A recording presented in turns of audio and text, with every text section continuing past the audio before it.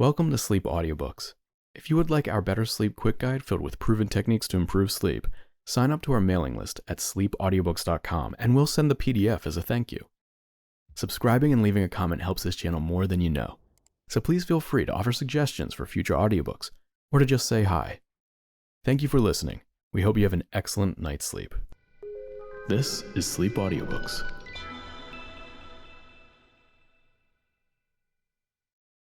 Carmilla by Joseph Sheridan Le Fanu. Recording by Louise J. Belle. Prologue.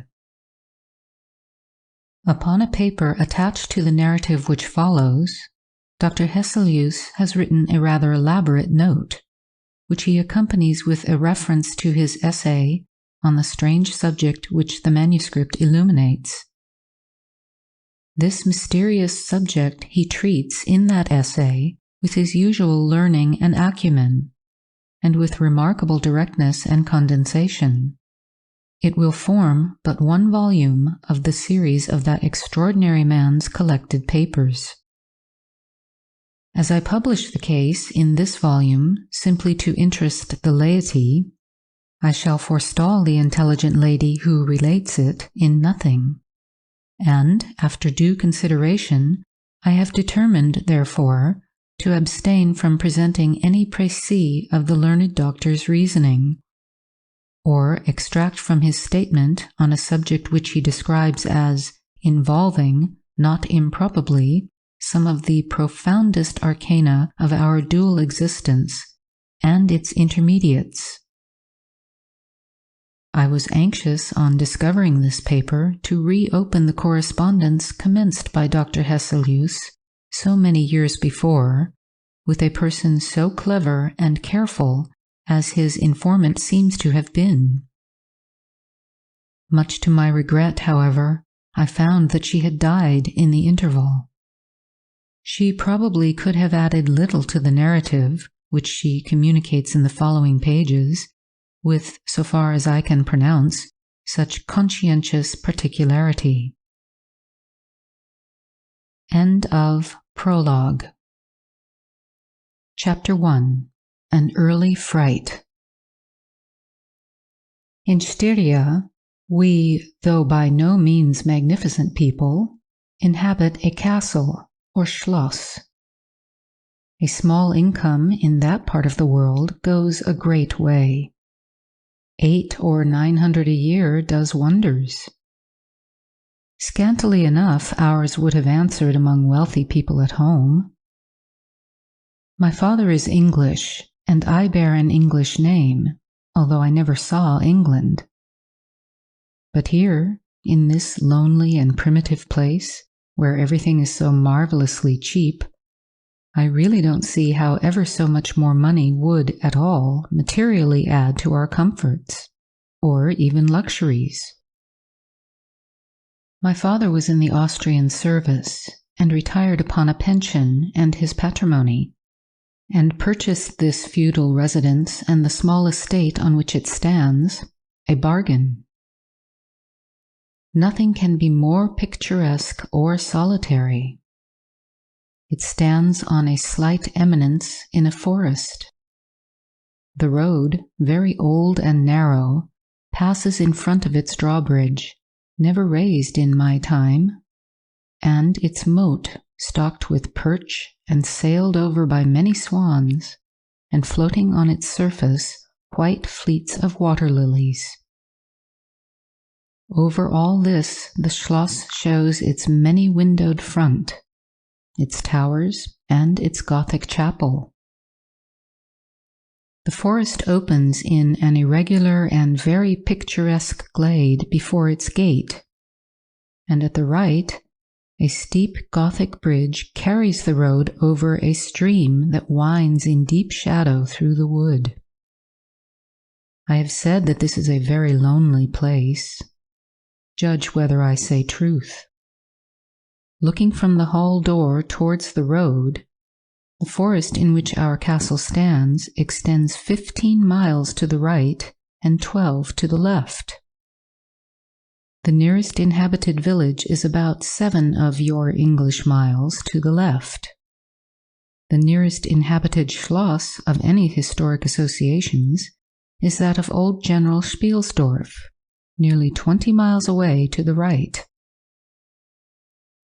I have said the nearest inhabited village because there is only 3 miles westward, that is to say, in the direction of General Spielsdorf's Schloss, a ruined village with its quaint little church, now roofless, in the aisle of which are the mouldering tombs of the proud family of Karnstein, now extinct, who once owned the equally desolate chateau which, in the thick of the forest, overlooks the silent ruins of the town. Respecting the cause of the desertion of this striking and melancholy spot, there is a legend, which I shall relate to you another time. I must tell you now how very small is the party who constitute the inhabitants of our castle. I don't include servants, or those dependents who occupy rooms in the buildings attached to the Schloss. Listen and wonder. My father, who is the kindest man on earth, but growing old, and I, at the date of my story, only 19. 8 years have passed since then. I and my father constituted the family at the Schloss. My mother, a Styrian lady, died in my infancy.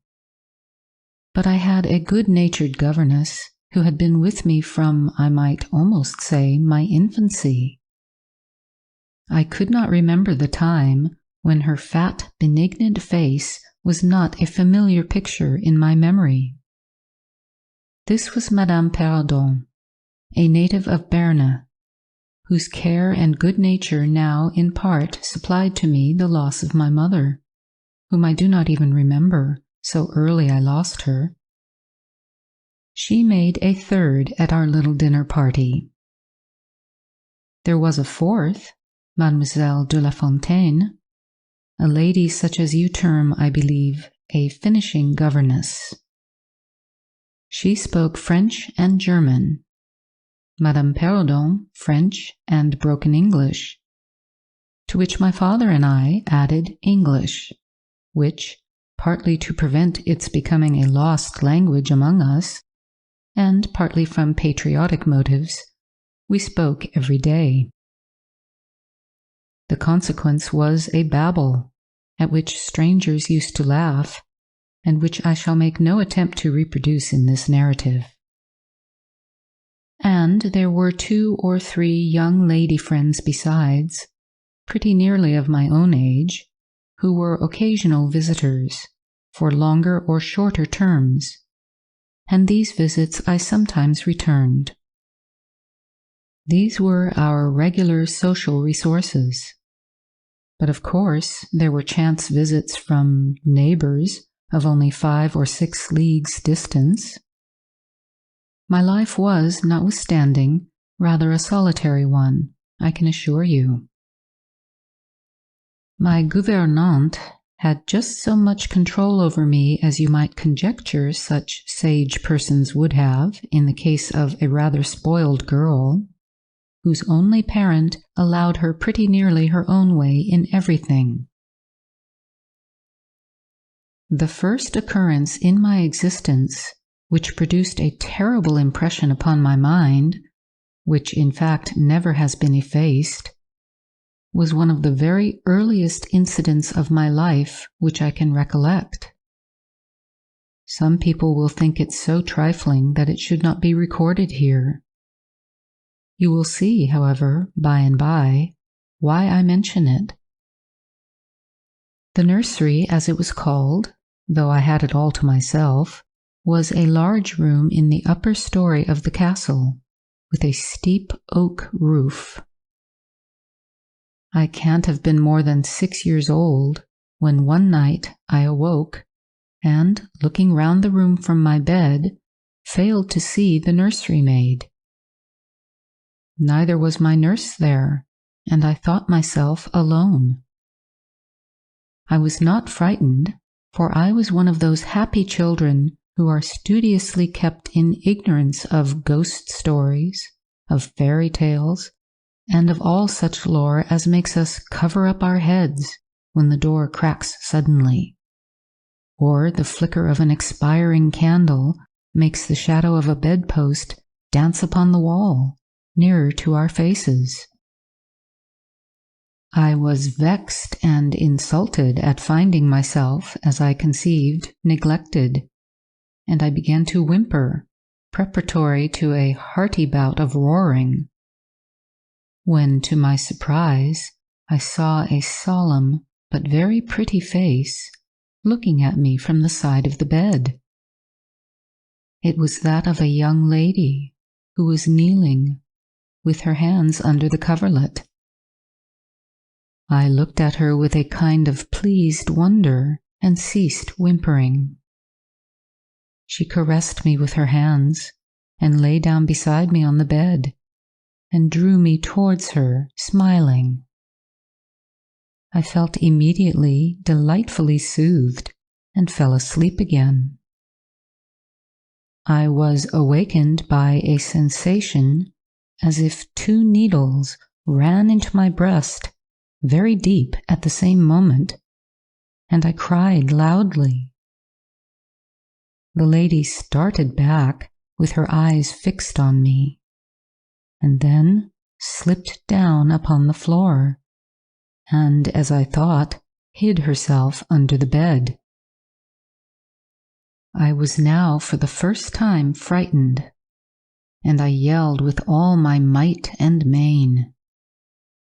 Nurse, nursery maid, housekeeper all came running in, and, hearing my story, they made light of it, soothing me all they could meanwhile. But, child as I was, I could perceive that their faces were pale with an unwonted look of anxiety, and I saw them look under the bed and about the room, and peep under tables and pluck open cupboards. And the housekeeper whispered to the nurse, "Lay your hand along that hollow in the bed. Someone did lie there, so sure as you did not. The place is still warm."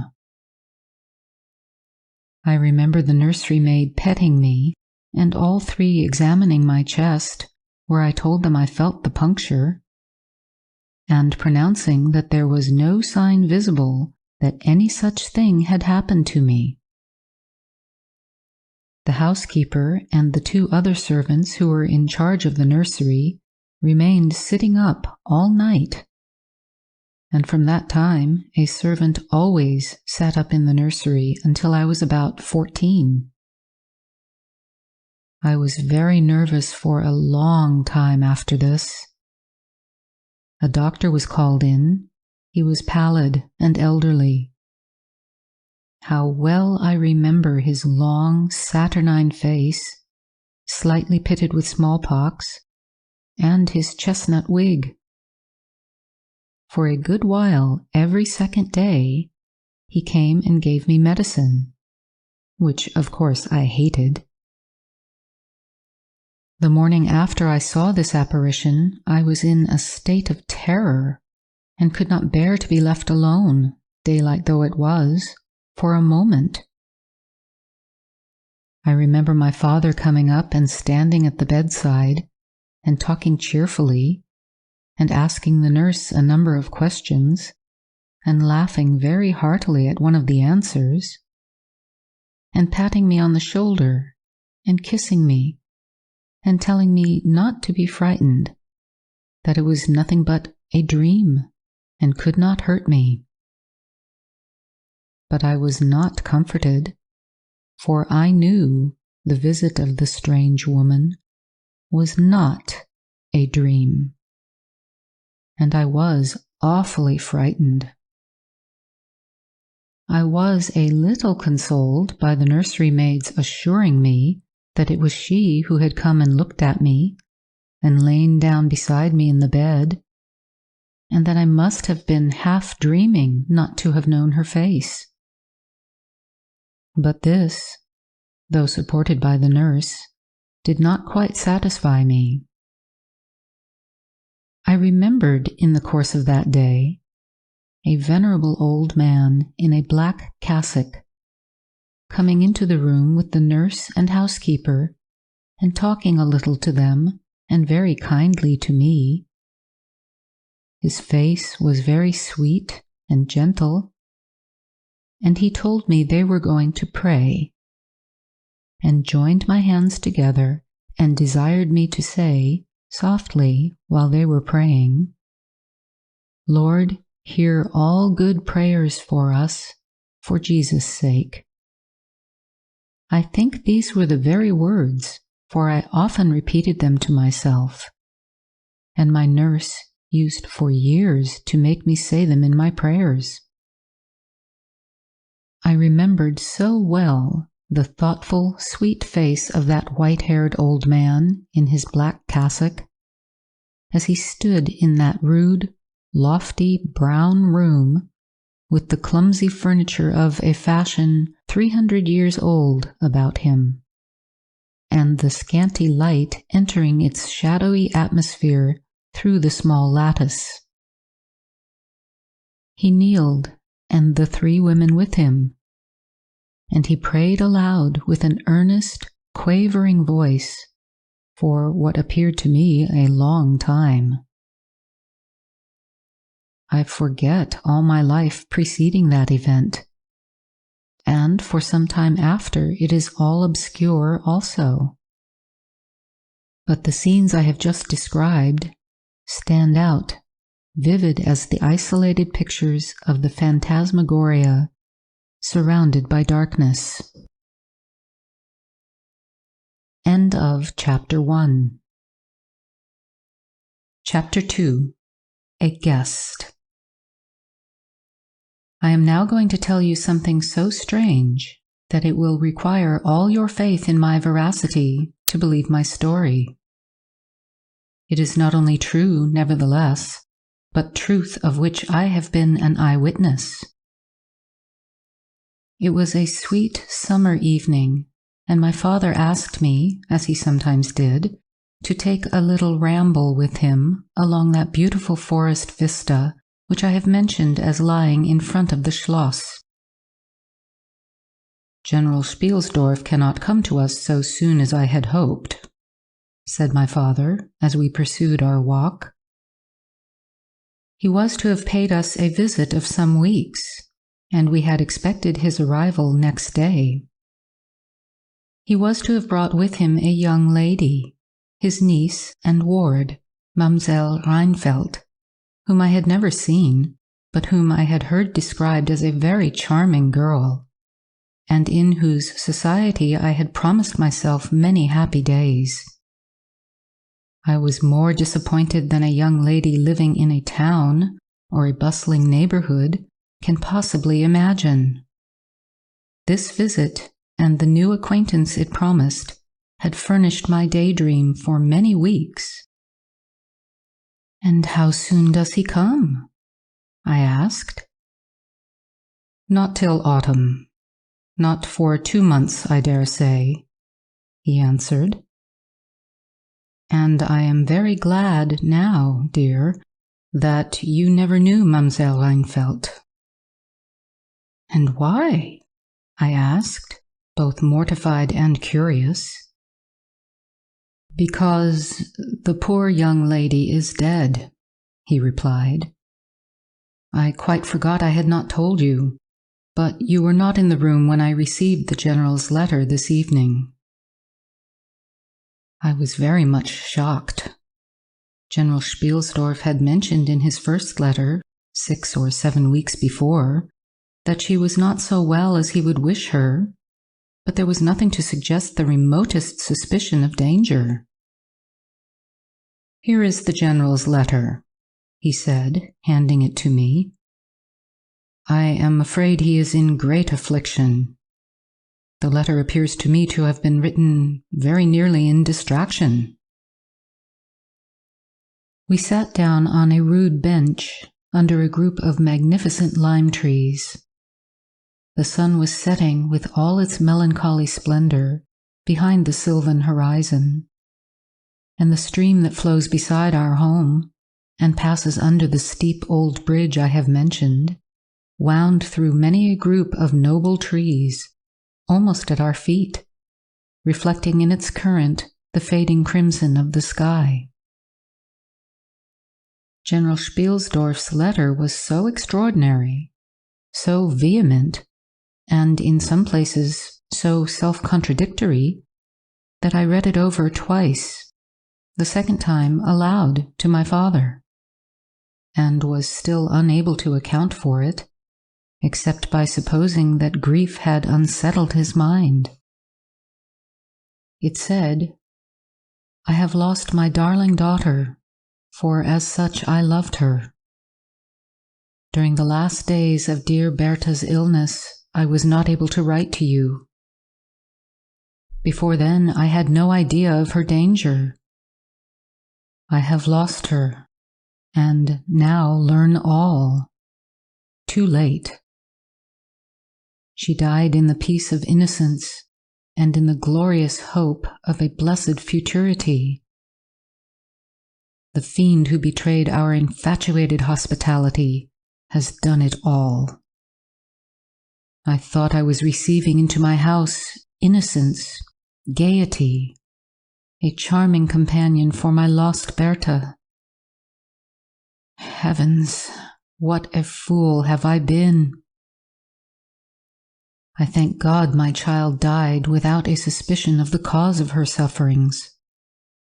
She is gone without so much as conjecturing the nature of her illness and the accursed passion of the agent of all this misery. I devote my remaining days to tracking and extinguishing a monster. I am told I may hope to accomplish my righteous and merciful purpose. At present, there is scarcely a gleam of light to guide me.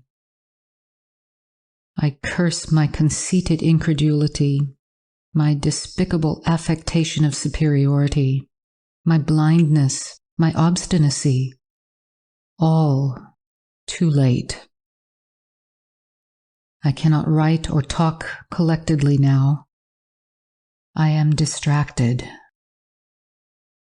So soon as I shall have a little recovered, I mean to devote myself for a time to inquiry, which may possibly lead me as far as Vienna.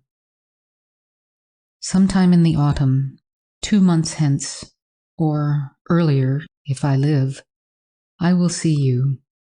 That is, if you permit me. I will then tell you all that I scarce dare put upon paper now. Farewell. Pray for me, dear friend." In these terms ended this strange letter. Though I had never seen Bertha Reinfeldt, my eyes filled with tears at the sudden intelligence. I was startled, as well as profoundly disappointed. The sun had now set, and it was twilight by the time I had returned the General's letter to my father. It was a soft, clear evening, and we loitered, speculating upon the possible meanings of the violent and incoherent sentences which I had just been reading. We had nearly a mile to walk before reaching the road that passes the Schloss in front, and by that time the moon was shining brilliantly. At the drawbridge we met Madame Perrodon and Mademoiselle de la Fontaine, who had come out without their bonnets to enjoy the exquisite moonlight. We heard their voices gabbling in animated dialogue as we approached. We joined them at the drawbridge and turned about to admire with them the beautiful scene. The glade through which we had just walked lay before us. At our left, The narrow road wound away under clumps of lordly trees and was lost to sight amid the thickening forest. At the right, the same road crosses the steep and picturesque bridge, near which stands a ruined tower which once guarded that pass. And beyond the bridge, an abrupt eminence rises, covered with trees, and showing in the shadows some gray, ivy-clustered rocks. Over the sward and low grounds, a thin film of mist was stealing like smoke, marking the distances with a transparent veil. And here and there we could see the river faintly flashing in the moonlight. No softer, sweeter scene could be imagined.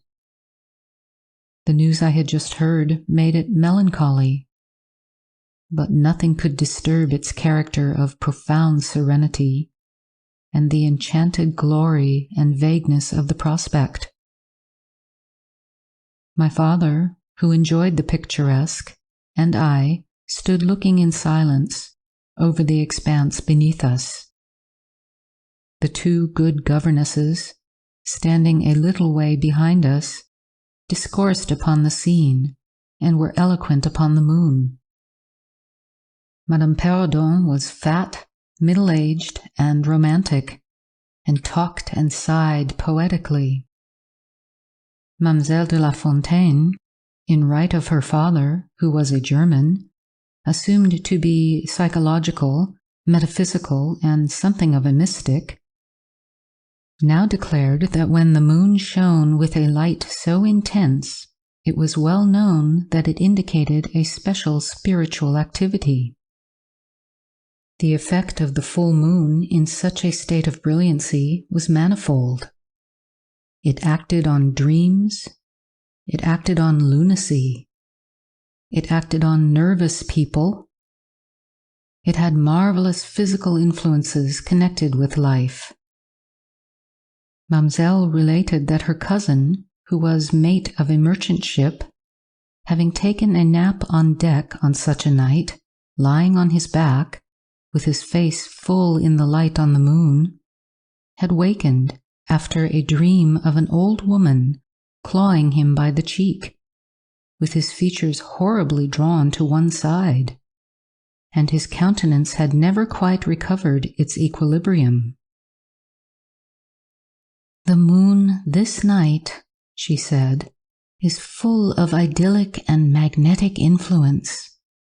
And see, when you look behind you, at the front of the Schloss, how all its windows flash and twinkle with that silvery splendor, as if unseen hands had lighted up the rooms to receive fairy guests." There are indolent styles of the spirits in which, indisposed to talk ourselves, the talk of others is pleasant to our listless ears, and I gazed on, pleased with the tinkle of the ladies' conversation. "I've got into one of my moping moods tonight," said my father after a silence, and, quoting Shakespeare, whom, by way of keeping up our English, he used to read aloud, he said, "In truth, I know not why I am so sad. It wearies me. You say it wearies you. But how I got it, came by it, I forget the rest. But I feel as if some great misfortune were hanging over us. I suppose the poor General's afflicted letter has had something to do with it." At this moment, the unwonted sound of carriage wheels and many hoofs upon the road arrested our attention. They seemed to be approaching from the high ground overlooking the bridge, and very soon the equipage emerged from that point. 2 horsemen first crossed the bridge, then came a carriage drawn by 4 horses, and 2 men rode behind. It seemed to be the traveling carriage of a person of rank, and we were all immediately absorbed in watching that very unusual spectacle.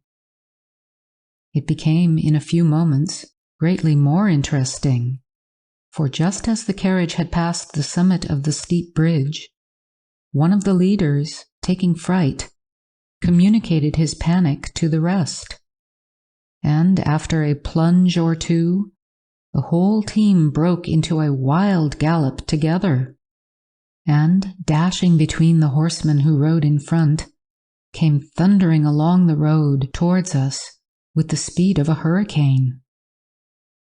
The excitement of the scene was made more painful by the clear, long-drawn screams of a female voice from the carriage window.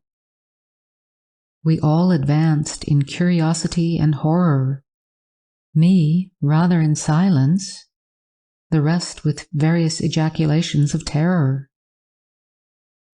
Our suspense did not last long. Just before you reach the castle drawbridge on the route they were coming, there stands by the roadside a magnificent lime tree. On the other stands an ancient stone cross, at sight of which the horses, now going at a pace that was perfectly frightful, swerved so as to bring the wheel over the projecting roots of the tree. I knew what was coming. I covered my eyes, unable to see it out, and turned my head away. At the same moment I heard a cry from my lady friends, who had gone on a little. Curiosity opened my eyes, and I saw a scene of utter confusion. 2 of the horses were on the ground. The carriage lay upon its side, with 2 wheels in the air. The men were busy removing the traces, and a lady with a commanding air and figure had got out, and stood with clasped hands, raising the handkerchief that was in them every now and then to her eyes. Through the carriage door was now lifted a young lady, who appeared to be lifeless. My dear old father was already beside the elder lady, with his hat in his hand, evidently tendering his aid and the resources of his schloss.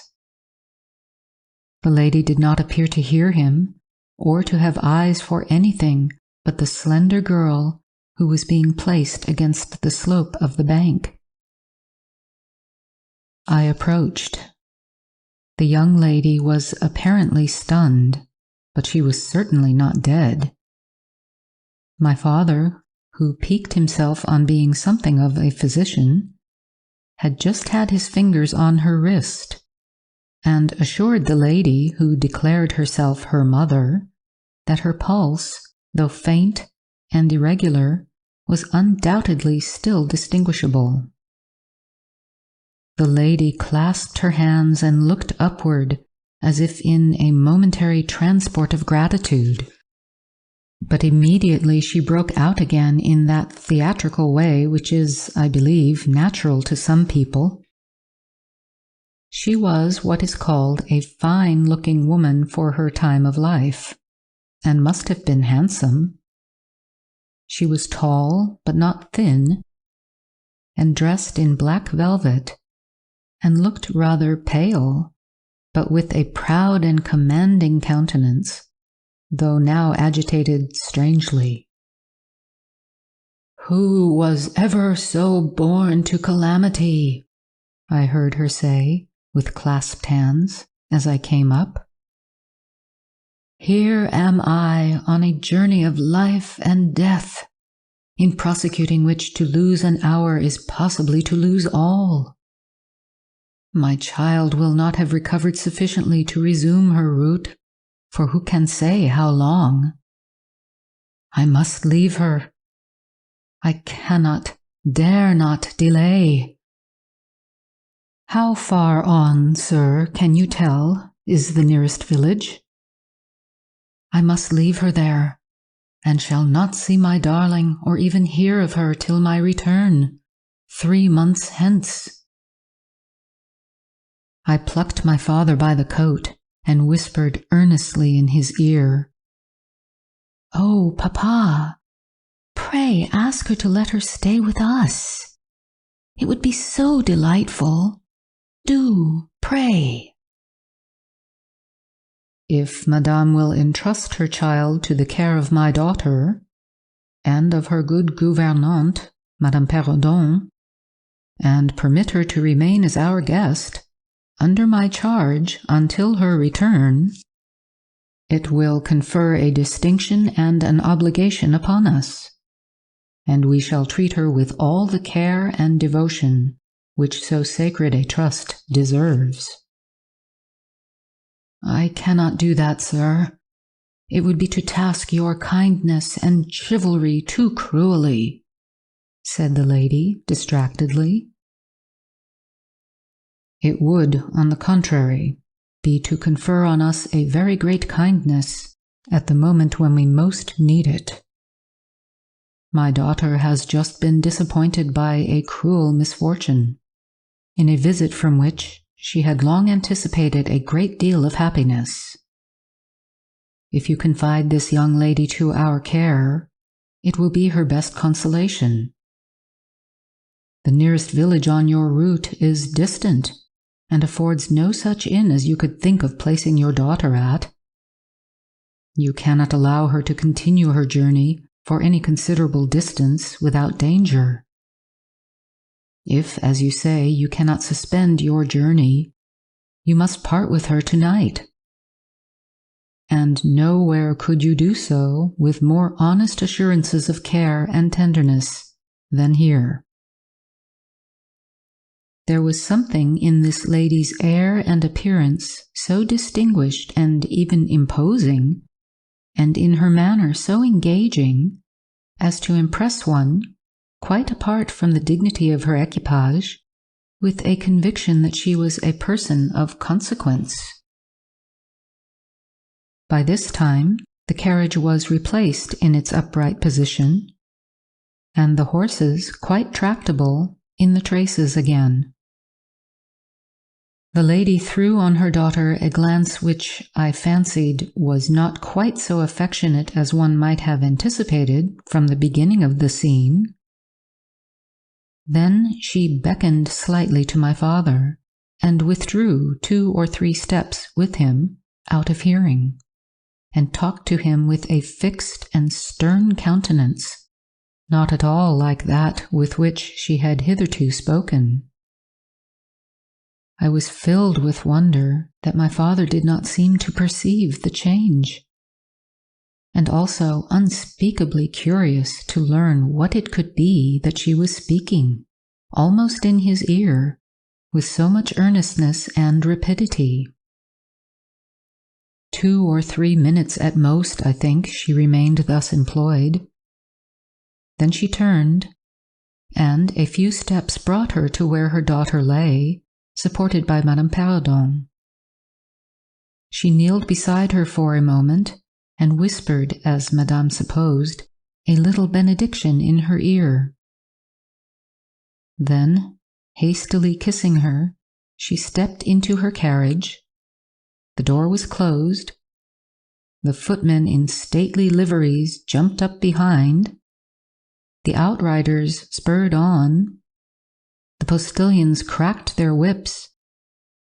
The horses plunged and broke suddenly into a furious canter that threatened soon again to become a gallop. And the carriage whirled away, followed at the same rapid pace by the 2 horsemen in the rear. End of Chapter 2. Chapter 3.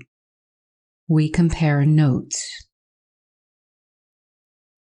We followed the cortege with our eyes until it was swiftly lost to sight in the misty wood, and the very sound of the hoofs and the wheels died away in the silent night air. Nothing remained to assure us that the adventure had not been an illusion of a moment, but the young lady who just at that moment opened her eyes.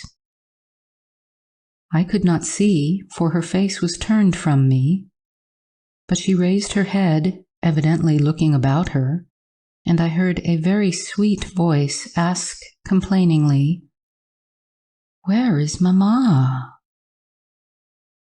Our good Madame Perrodon answered tenderly and added some comfortable assurances. I then heard her ask, "Where am I? What is this place?" And after that she said, "I don't see the carriage. And Matska, where is she?" Madame answered all her questions in so far as she understood them, and gradually the young lady remembered how the misadventure came about, and was glad to hear that no one in or in attendance on the carriage was hurt. And on learning that her mamma had left her here, till her return in about 3 months, she wept. I was going to add my consolations to those of Madame Perrodon, when Mademoiselle de La Fontaine placed her hand upon my arm, saying, "Don't approach. One at a time is as much as she can at present converse with. A very little excitement would possibly overpower her now." As soon as she is comfortably in bed, I thought, I will run up to her room and see her. My father, in the meantime, had sent a servant on horseback for the physician, who lived about 2 leagues away, and a bedroom was being prepared for the young lady's reception. The stranger now rose, and, leaning on Madame's arm, walked slowly over the drawbridge and into the castle gate. In the hall, servants waited to receive her, and she was conducted forthwith to her room. The room we usually sat in as our drawing room is long, having 4 windows that looked over the moat and drawbridge upon the forest scene I have just described. It is furnished in old carved oak, with large carved cabinets, and the chairs are cushioned with crimson Utrecht velvet.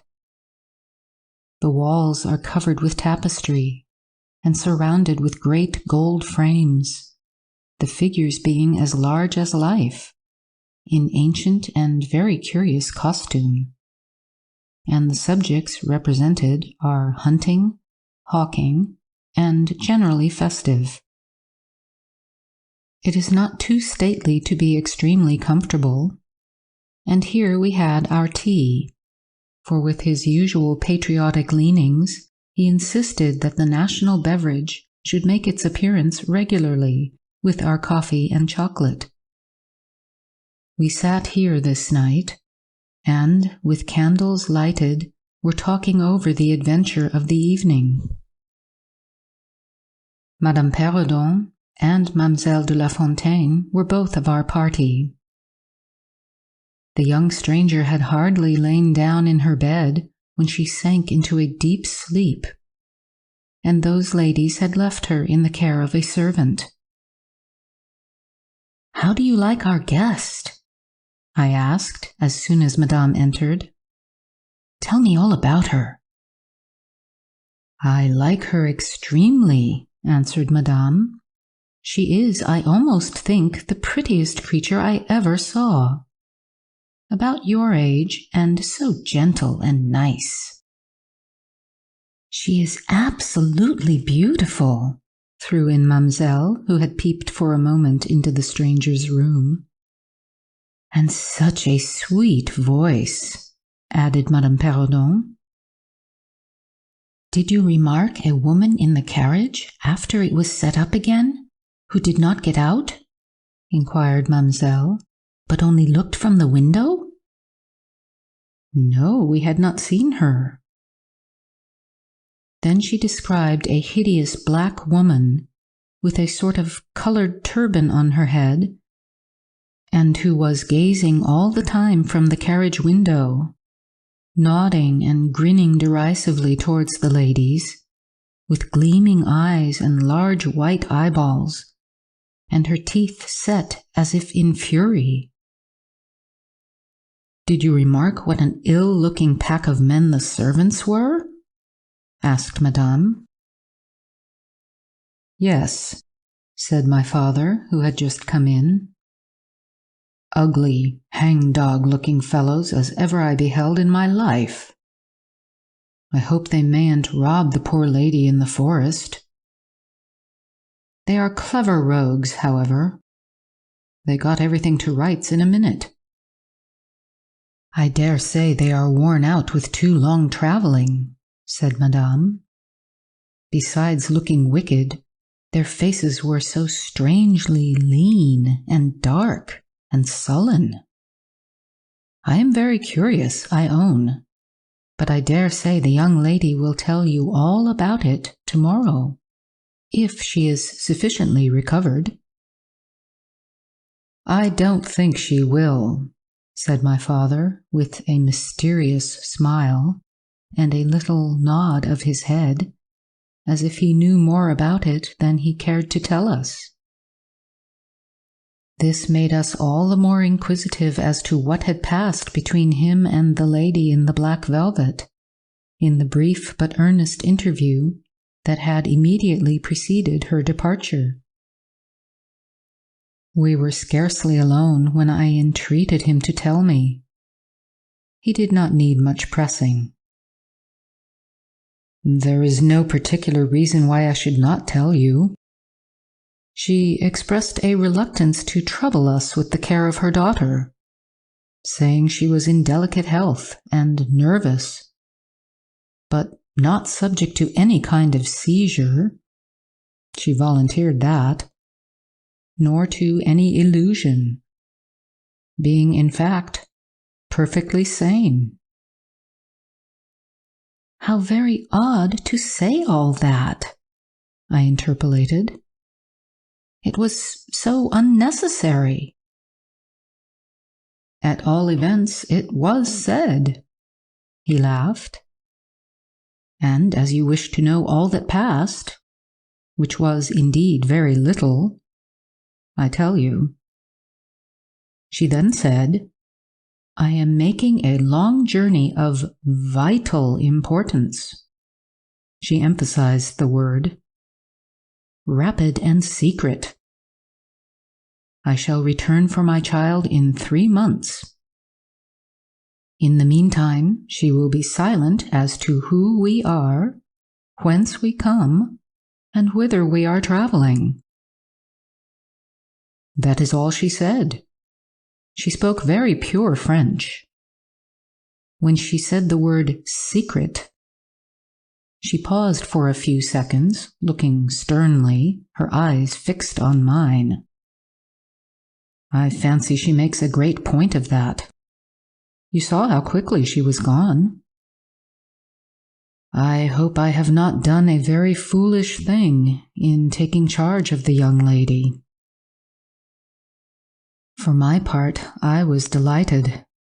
I was longing to see and talk to her, and only waiting till the doctor should give me leave. You who live in towns can have no idea how great an event the introduction of a new friend is, in such a solitude as surrounded us. The doctor did not arrive till nearly 1 o'clock. But I could no more have gone to my bed and slept than I could have overtaken on foot the carriage in which the princess in black velvet had driven away. When the physician came down to the drawing-room, it was to report very favorably upon his patient. She was now sitting up, her pulse quite regular, apparently perfectly well. She had sustained no injury, and the little shock to her nerves had passed away quite harmlessly. There could be no harm certainly in my seeing her, if we both wished it. And with this permission I sent forthwith to know whether she would allow me to visit her for a few minutes in her room. The servant returned immediately to say that she desired nothing more. You may be sure I was not long in availing myself of this permission. Our visitor lay in one of the handsomest rooms in the Schloss. It was perhaps a little stately. There was a somber piece of tapestry opposite the foot of the bed, representing Cleopatra with the asps to her bosom. And other solemn classic scenes were displayed, a little faded, upon the other walls. But there was gold carving and rich and varied color enough in the other decorations of the room to more than redeem the gloom of the old tapestry. There were candles at the bedside. She was sitting up, her slender, pretty figure enveloped in the soft silk dressing gown, embroidered with flowers, and lined with thick quilted silk, which her mother had thrown over her feet as she lay upon the ground. What was it that, as I reached the bedside and had just begun my little greeting, struck me dumb in a moment and made me recoil a step or two from before her? I will tell you. I saw the very face which had visited me in my childhood at night, which remained so fixed in my memory, and on which I had for so many years so often ruminated with horror, when no one suspected of what I was thinking. It was pretty, even beautiful, and when I first beheld it, wore the same melancholy expression. But this almost instantly lighted into a strange, fixed smile of recognition. There was a silence of fully a minute, and then, at length, she spoke. I could not. "How wonderful!" she exclaimed. 12 years ago I saw your face in a dream, and it has haunted me ever since. Wonderful indeed, I repeated, overcoming with an effort the horror that had for a time suspended my utterances. 12 years ago, in vision or reality, I certainly saw you. I could not forget your face. It has remained before my eyes ever since. Her smile had softened. Whatever I had fancied strange in it was gone, and it and her dimpling cheeks were now delightfully pretty and intelligent. I felt reassured, and continued more in the vein which hospitality indicated to bid her welcome, and to tell her how much pleasure her accidental arrival had given us all, and especially what a happiness it was to me. I took her hand as I spoke. I was a little shy, as lonely people are, but the situation made me eloquent and even bold. She pressed my hand. She laid hers upon it, and her eyes glowed as, looking hastily into mine, she smiled again and blushed. She answered my welcome very prettily.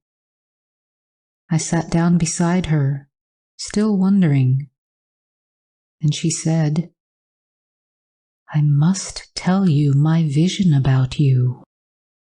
It is so very strange that you and I should have had each of the other so vivid a dream, that each should have seen, I you and you me, looking as we do now, when of course we both were mere children.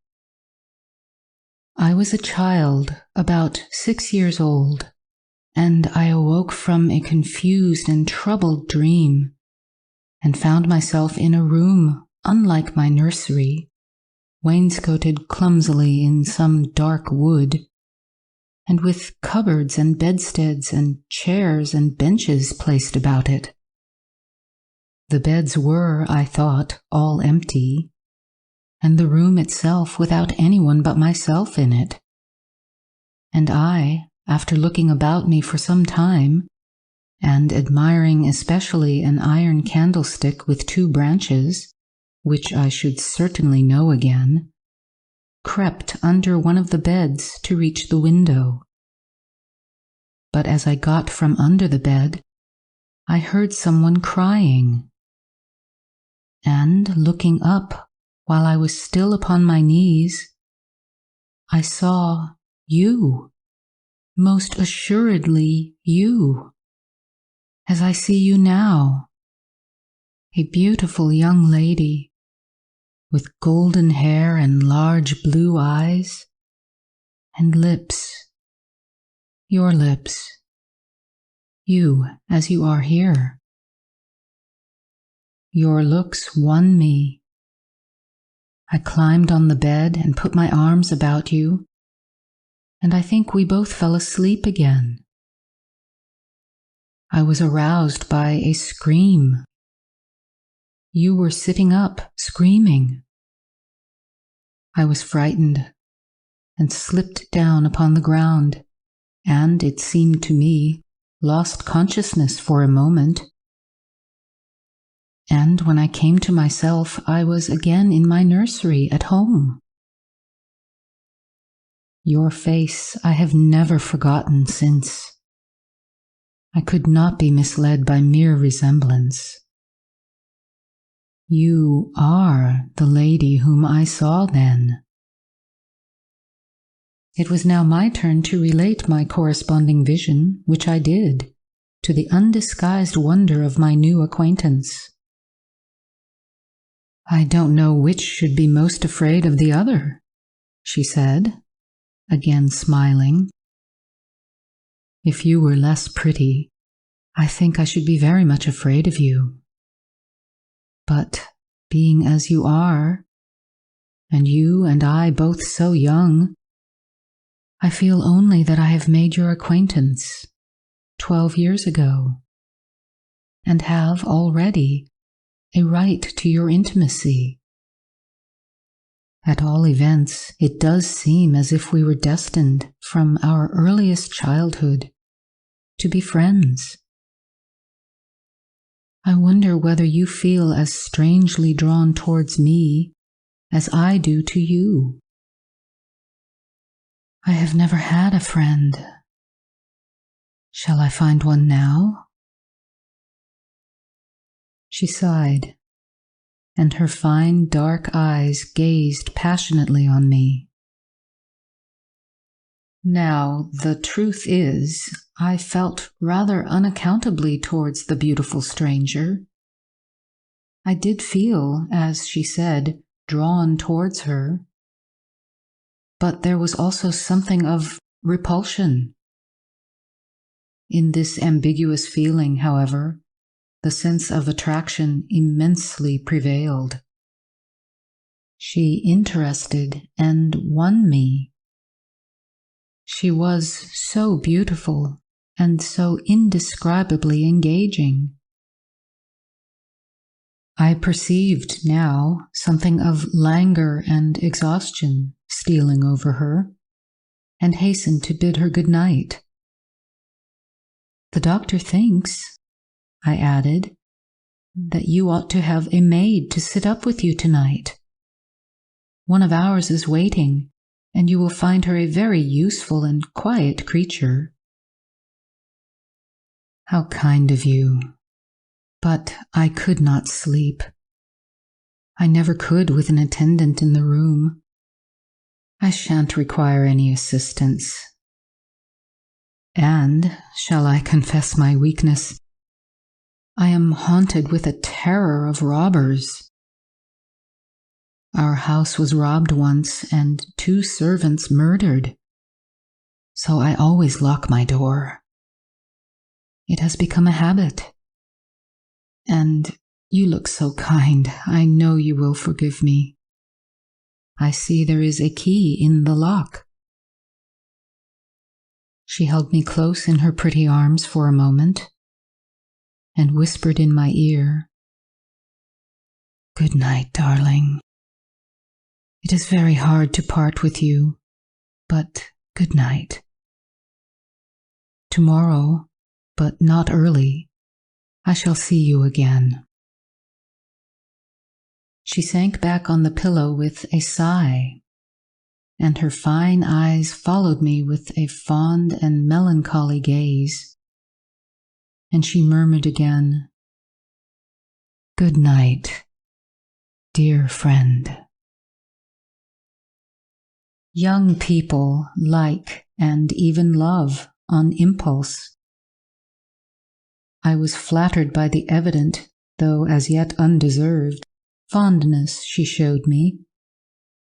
I liked the confidence with which she at once received me.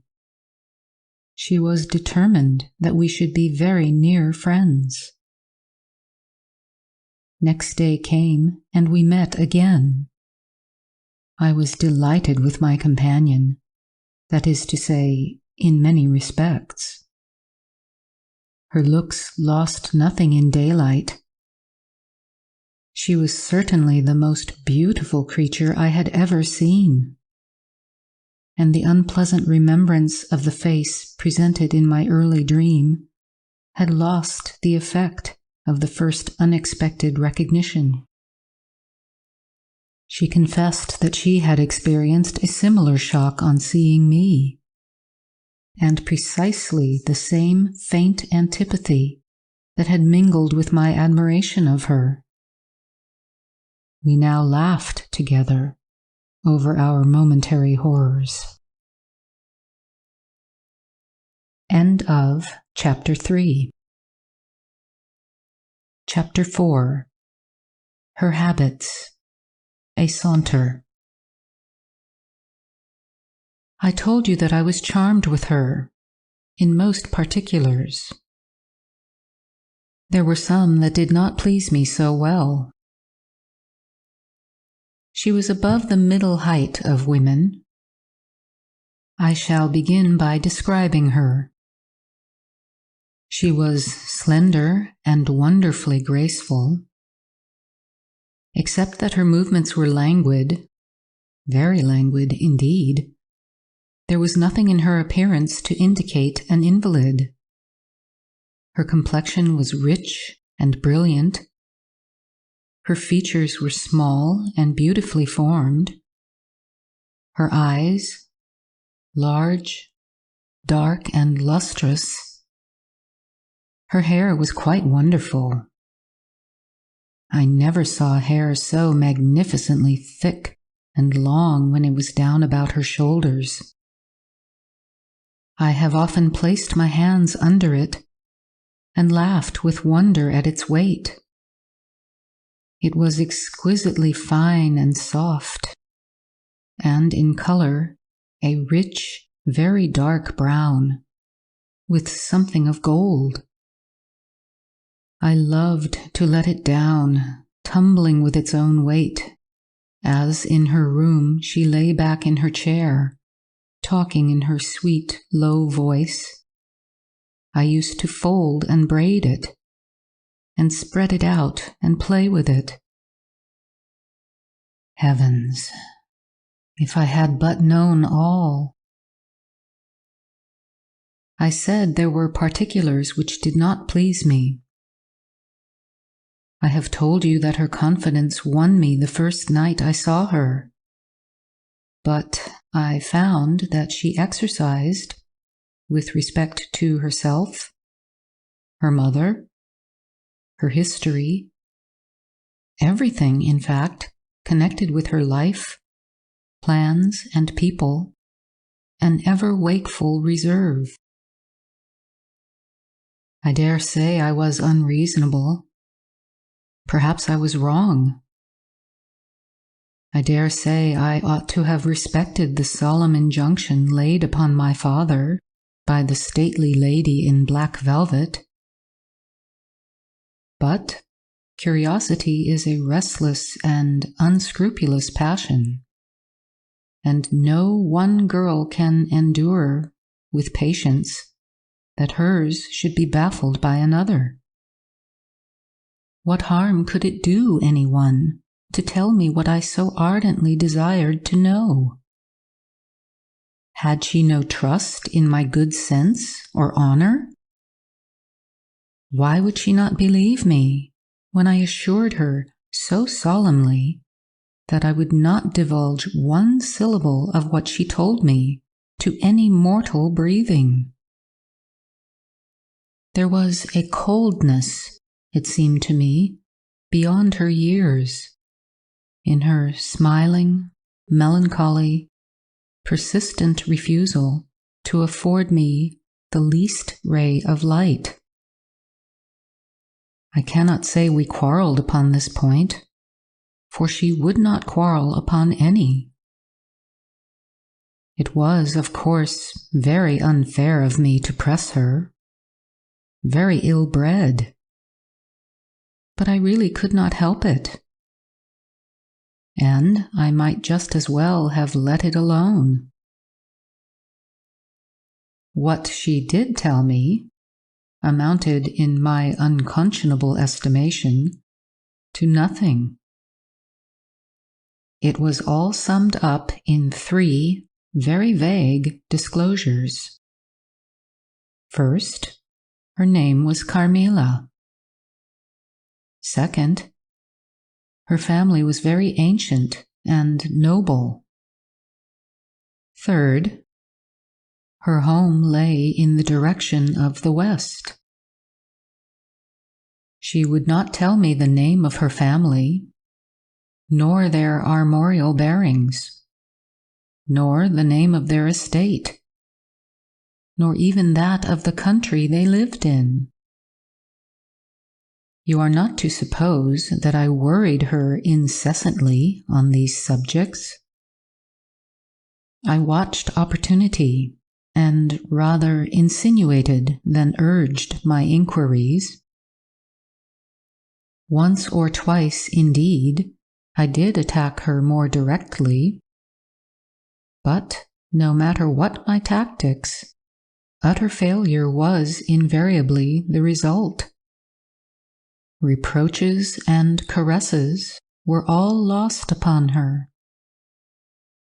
But I must add this, that her evasion was conducted with so pretty a melancholy and deprecation, with so many and even passionate declarations of her liking for me, and trust in my honor, and with so many promises that I should at last know all, that I could not find it in my heart long to be offended with her. She used to place her pretty arms about my neck, draw me to her, and, laying her cheek to mine, murmur with her lips near my ear, "Dearest, your little heart is wounded. Think me not cruel because I obey the irresistible law of my strength and weakness. If your dear heart is wounded, my wild heart bleeds with yours. In the rapture of my enormous humiliation, I live in your warm life, and you shall die. Die, sweetly die, into mine. I cannot help it. As I draw near to you, you in your turn will draw near to others, and learn the rapture of that cruelty which yet is love. So, for a while, seek to know no more of me and mine, but trust me with all your loving spirit. and when she had spoken such a rhapsody, she would press me more closely in her trembling embrace, and her lips in soft kisses gently glow upon my cheek.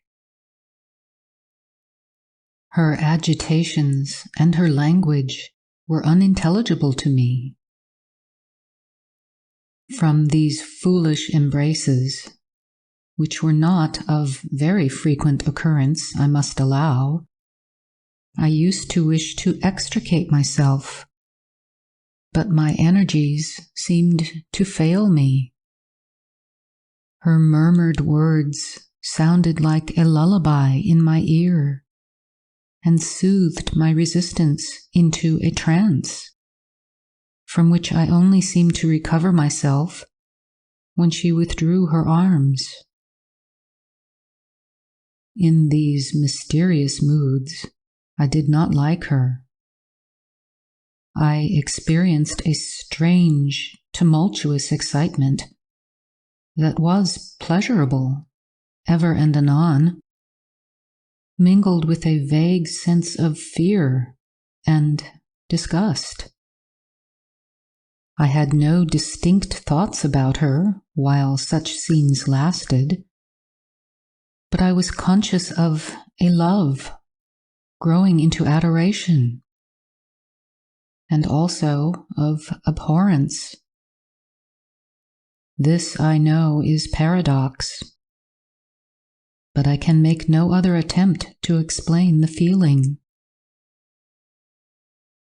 I now write, after an interval of more than 10 years, with a trembling hand, with a confused and horrible recollection of certain occurrences and situations in the ordeal through which I was unconsciously passing, though with a vivid and very sharp remembrance of the main current of my story. But I suspect in all lives there are certain emotional scenes, those in which our passions have been most wildly and terribly aroused, that are, of all others, the most vaguely and dimly remembered. Sometimes, after an hour of apathy, my strange and beautiful companion would take my hand and hold it with a fond pressure, renewed again and again, blushing softly, gazing in my face with languid and burning eyes, and breathing so fast that her dress rose and fell with the tumultuous respiration. It was like the ardor of a lover. It embarrassed me. It was hateful, and yet overpowering. And with gloating eyes, she drew me to her, and her hot lips traveled along my cheek in kisses, and she would whisper, almost in sobs, "You are mine. You shall be mine. You and I are one forever." Then she had thrown herself back in her chair, with her small hands over her eyes, leaving me trembling. "Are we related?" I used to ask. "What can you mean by all this? I remind you perhaps of someone whom you love. But you must not. I hate it. I don't know you. I don't know myself when you look so and talk so." She used to sigh at my vehemence, then turn away and drop my hand. Respecting these very extraordinary manifestations, I strove in vain to form any satisfactory theory. I could not refer them to affectation or trick. It was unmistakably the momentary breaking out of suppressed instinct and emotion. Was she, notwithstanding her mother's volunteered denial, subject to brief visitations of insanity? Or was there here a disguise and a romance? I had read in old storybooks of such things. What if a boyish lover had found his way into the house and sought to prosecute his suit in masquerade, with the assistance of a clever old adventuress? But there were many things against this hypothesis, highly interesting as it was to my vanity. I could boast of no little attentions, such as masculine gallantry delights to offer. Between these passionate moments, there were long intervals of commonplace, of gaiety, of brooding melancholy, during which, except that I detected her eyes so full of melancholy fire, following me at times, I might have been as nothing to her. Except in these brief periods of mysterious excitement, her ways were girlish, and there was always a languor about her, quite incompatible with a masculine system in a state of health. In some respects, her habits were odd, perhaps not so singular in the opinion of a town lady like you, as they appeared to us rustic people. She used to come down very late, generally not till 1 o'clock. She would then take a cup of chocolate, but eat nothing. We then went out for a walk, which was a mere saunter, and she seemed almost immediately exhausted, and either returned to the Schloss or sat on one of the benches that were placed here and there among the trees. This was a bodily languor in which her mind did not sympathize. She was always an animated talker and very intelligent. She sometimes alluded for a moment to her own home, or mentioned an adventure or a situation or an early recollection which indicated a people of strange manners and described customs of which we knew nothing. I gathered from these chance hints that her native country was much more remote than I had at first fancied. As we sat thus one afternoon under the trees, a funeral passed us by. It was that of a pretty young girl whom I had often seen, the daughter of one of the rangers of the forest.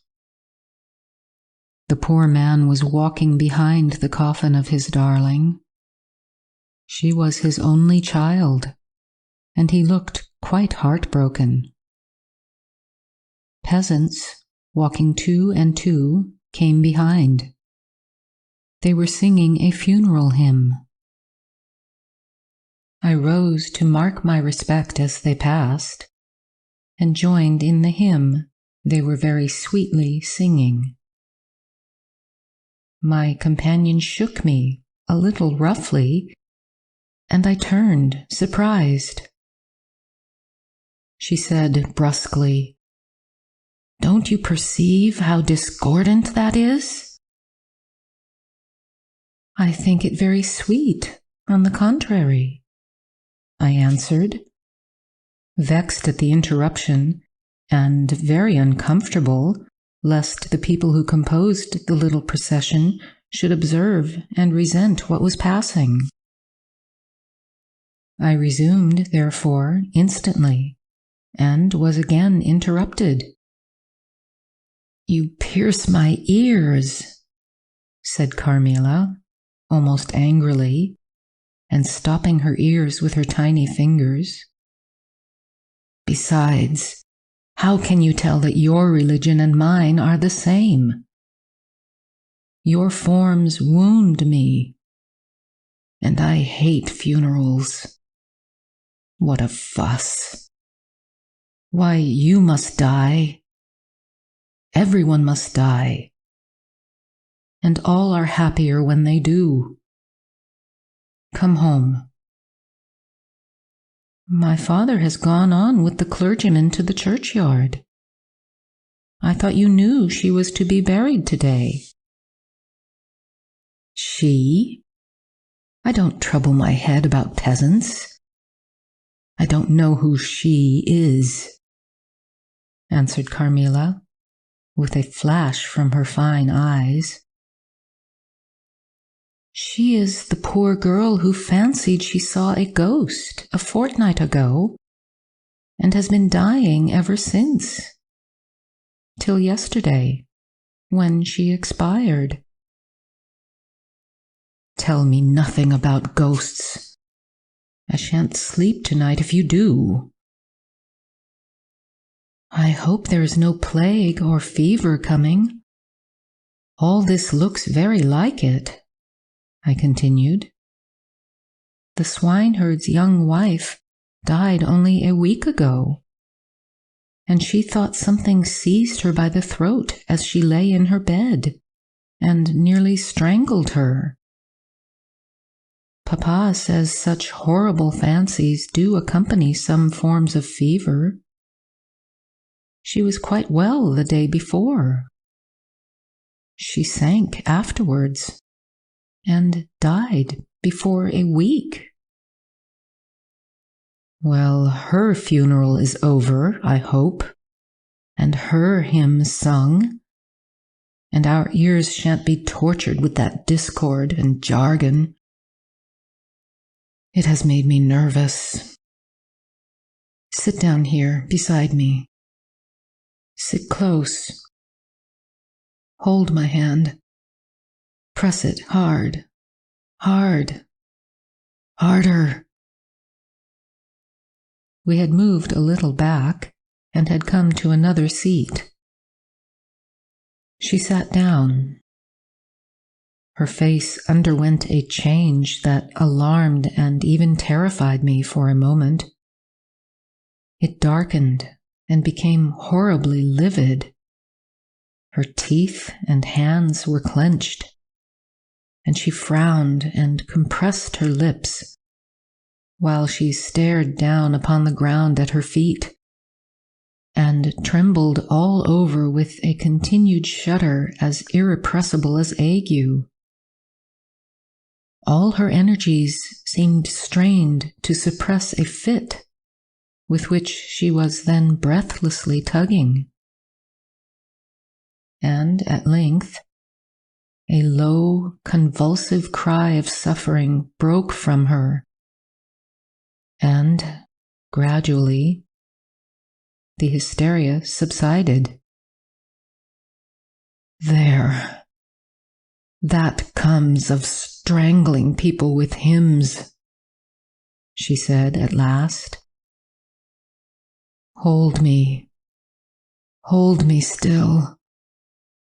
It is passing away."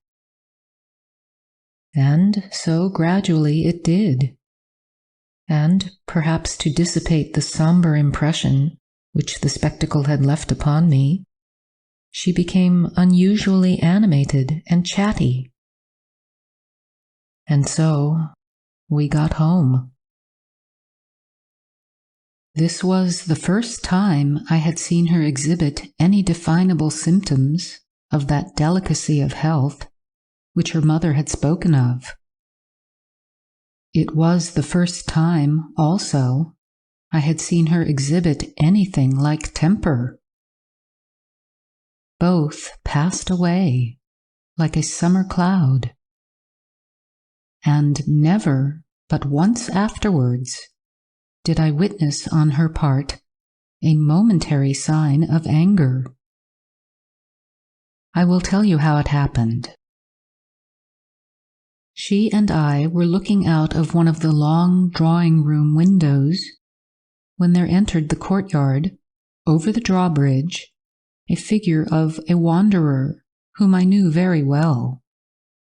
He used to visit the Schloss generally twice a year.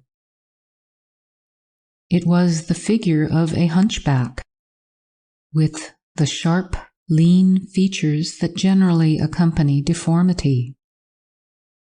He wore a pointed black beard, and he was smiling from ear to ear, showing his white fangs. He was dressed in buff, black, and scarlet, and crossed with more straps and belts than I could count, from which hung all manner of things. Behind, he carried a magic lantern, and 2 boxes, which I well knew, in one of which was a salamander, and in the other a mandrake. These monsters used to make my father laugh.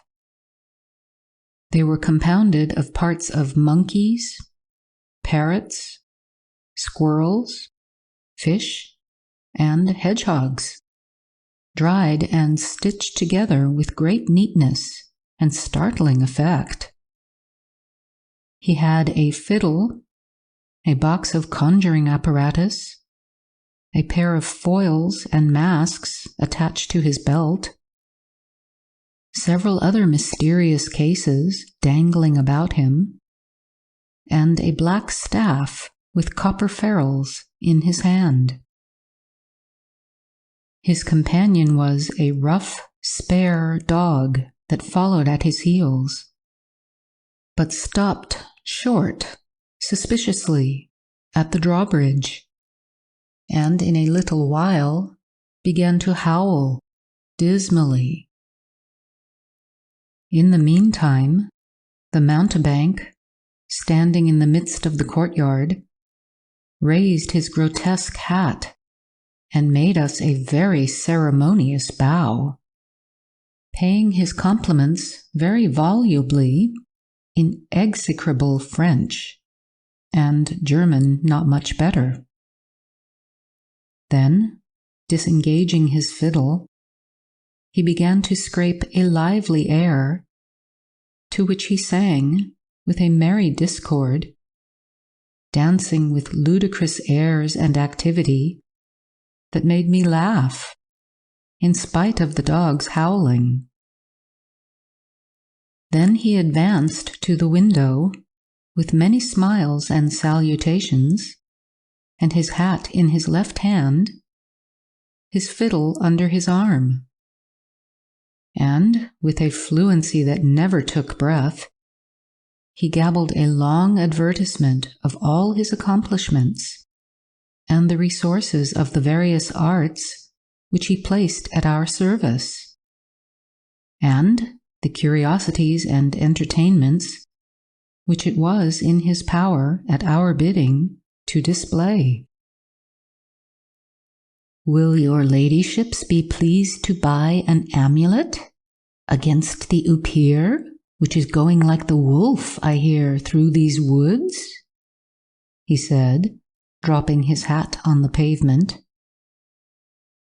"They are dying of it, right and left. And here is a charm that never fails. Only pinned to the pillow, and you may laugh in his face." These charms consisted of oblong slips of vellum with Kabbalistic ciphers and diagrams upon them. Carmilla instantly purchased one, and so did I. He was looking up, and we were smiling down upon him, amused. At least, I can answer for myself. His piercing black eye, as he looked up in our faces, seemed to detect something, that fixed for a moment his curiosity. In an instant, he unrolled a leather case full of all manner of odd little steel instruments. "See here, my lady," he said, displaying it, and addressing me. "I profess, among other things less useful, the art of dentistry." "Plague take the dog," he interpolated. "Silence, beast! He howls so that your ladyships can scarcely hear a word. Your noble friend, the young lady at your right, has the sharpest tooth. Long, thin, pointed like an awl, like a needle. Ha ha! With my sharp and long sight as I look up, I have seen it distinctly. Now, if it happens to hurt the young lady, and I think it must, here am I. Here are my file, my punch, my nippers. I will make it round and blunt, if her ladyship pleases. No longer the tooth of a fish, but of a beautiful young lady as she is. Eh? Is the young lady displeased? Have I been too bold? Have I offended her? The young lady, indeed, looked very angry as she drew back from the window. How dares that mountebank insult us so? Where is your father? I shall demand redress from him. My father would have had the wretch tied up to the pump and flogged with a cart whip and burnt to the bones with the cattle brand. She retired from the window a step or two and sat down, and had hardly lost sight of the offender when her wrath subsided as suddenly as it had arisen, and she gradually recovered her usual tone and seemed to forget the little hunchback and his follies. My father was out of spirits that evening. On coming in, he told us that there had been another case, very similar to the two fatal ones which had lately occurred. The sister of a young peasant on his estate, only a mile away, was very ill, had been, as she described it, attacked very nearly in the same way, and was now slowly but steadily sinking.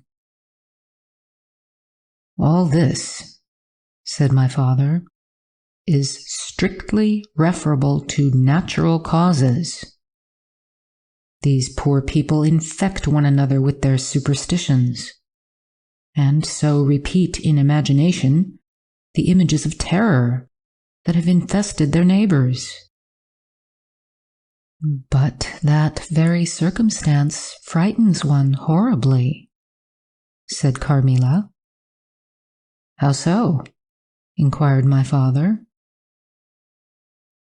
I am so afraid of fancying I see such things. I think it would be as bad as reality. We are in God's hands. Nothing can happen without his permission, and all will end well for those who love him. He is our faithful Creator. He has made us all, and will take care of us.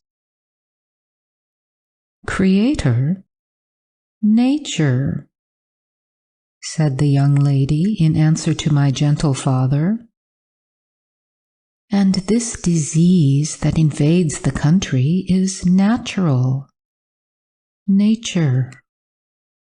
All things proceed from nature, don't they? All things in the heaven, in the earth, and under the earth act and live as nature ordains. I think so. The doctor said he would come here today, said my father after a silence. I want to know what he thinks about it, and what he thinks we had better do.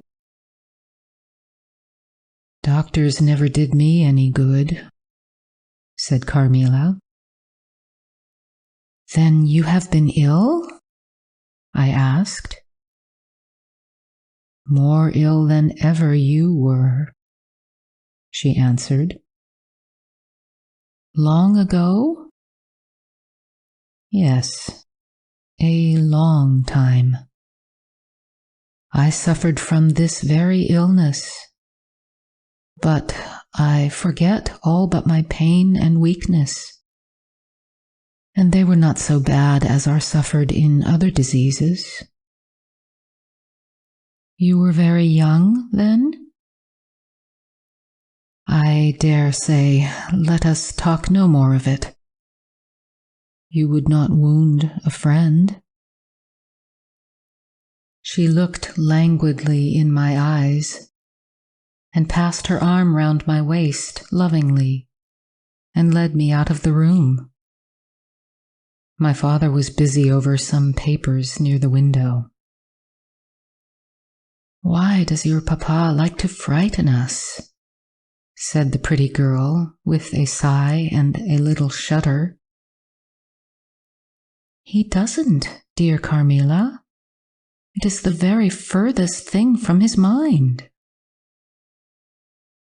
Are you afraid, dearest? I should be very much if I fancied there was any real danger of my being attacked as those poor people were.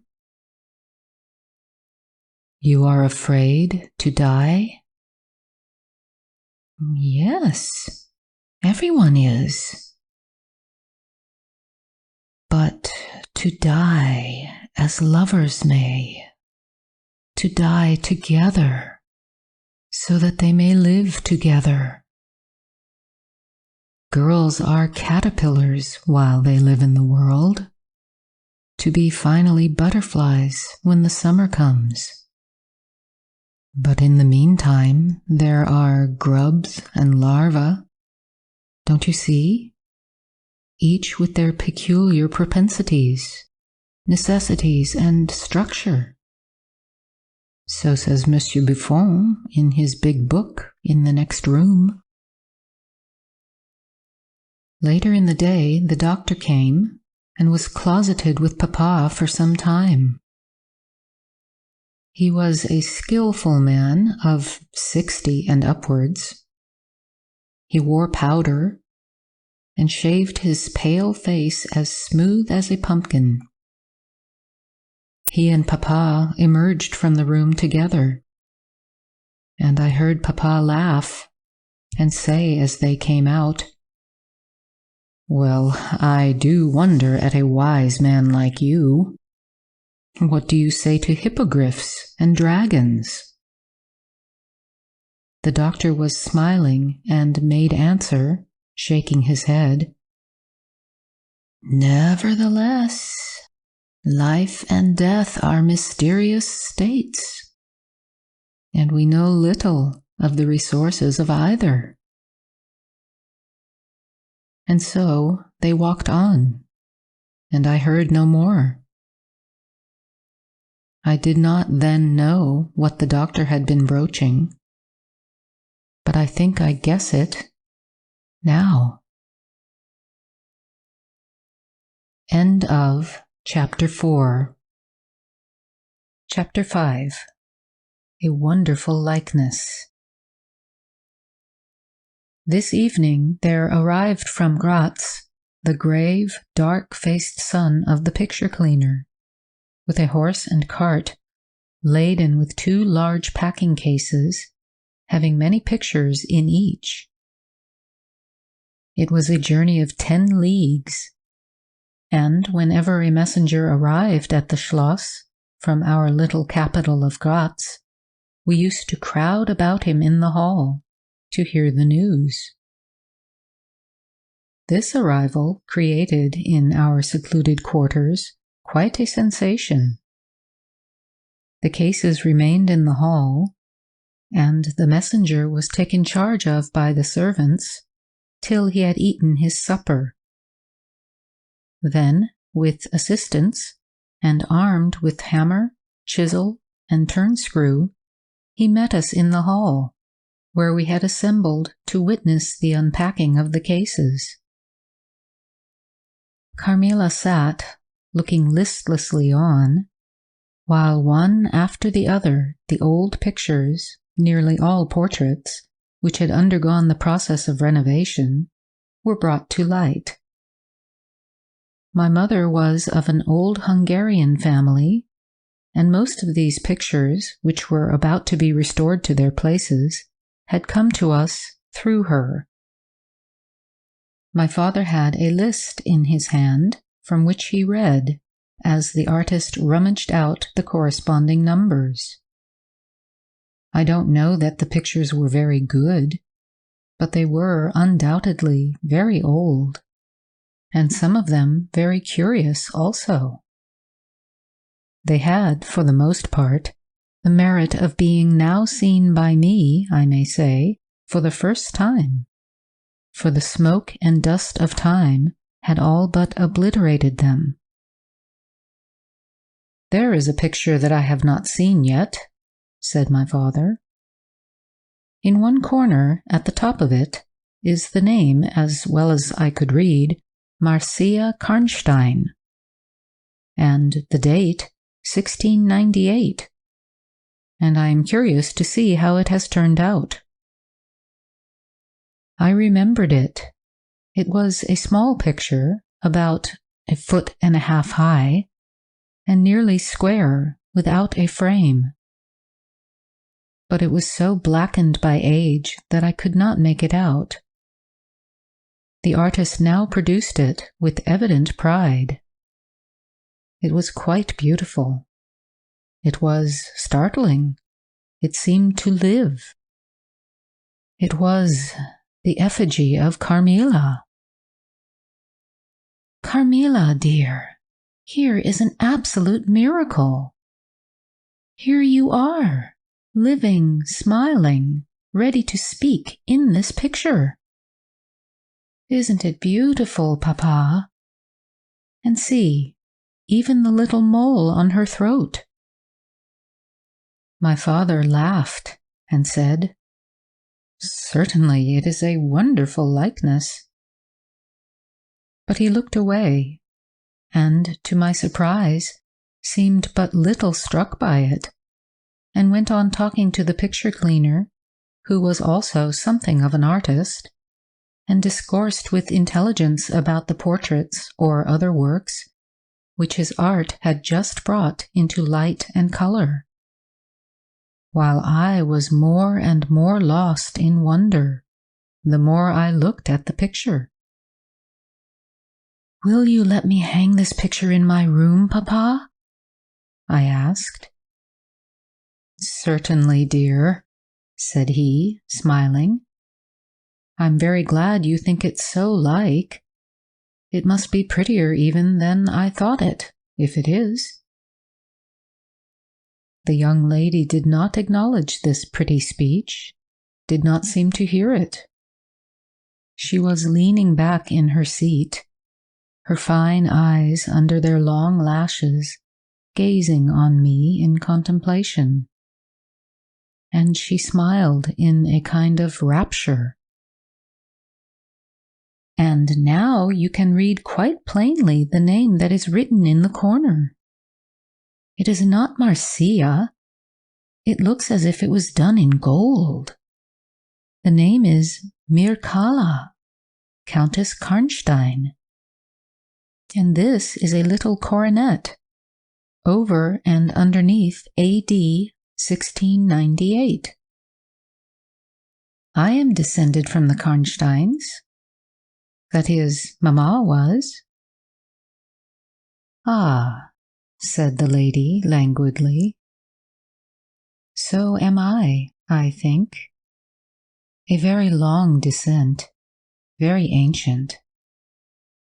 Are there any Karnsteins living now? None who bear the name, I believe. The family were ruined, I believe, in some civil wars long ago. But the ruins of the castle are only about 3 miles away. How interesting, she said languidly. But see, what beautiful moonlight. She glanced through the hall door, which stood a little open. Suppose you take a little ramble round the court and look down at the road and river. It is so like the night you came to us, I said. She sighed, smiling. She rose, and each, with her arm about the other's waist, we walked out upon the pavement. In silence, slowly we walked down to the drawbridge, where the beautiful landscape opened before us. And so you were thinking of the night I came here? She almost whispered. Are you glad I came? Delighted, dear Carmilla, I answered. And you asked for the picture you think like me, to hang in your room, she murmured with a sigh, as she drew her arm closer about my waist and let her pretty head sink upon my shoulder. How romantic you are, Carmilla, I said. Whenever you tell me your story, it will be made up chiefly of some one great romance. She kissed me silently. I am sure, Carmilla, you have been in love, that there is at this moment an affair of the heart going on. I have been in love with no one, and never shall, she whispered, unless it should be with you. How beautiful she looked in the moonlight. Shy and strange was the look with which she quickly hid her face in my neck and hair, with tumultuous sighs that seemed almost to sob, and pressed in mine a hand that trembled. Her soft cheek was glowing against mine. Darling, darling, she murmured, I live in you, and you would die for me. I love you so. I started from her. She was gazing on me with eyes from which all fire, all meaning had flown, and a face colorless and apathetic. Is there a chill in the air, dear? She said drowsily. I almost shiver. Have I been dreaming? Let us come in. Come. Come in. You look ill, Carmilla. A little faint. You certainly must take some wine, I said.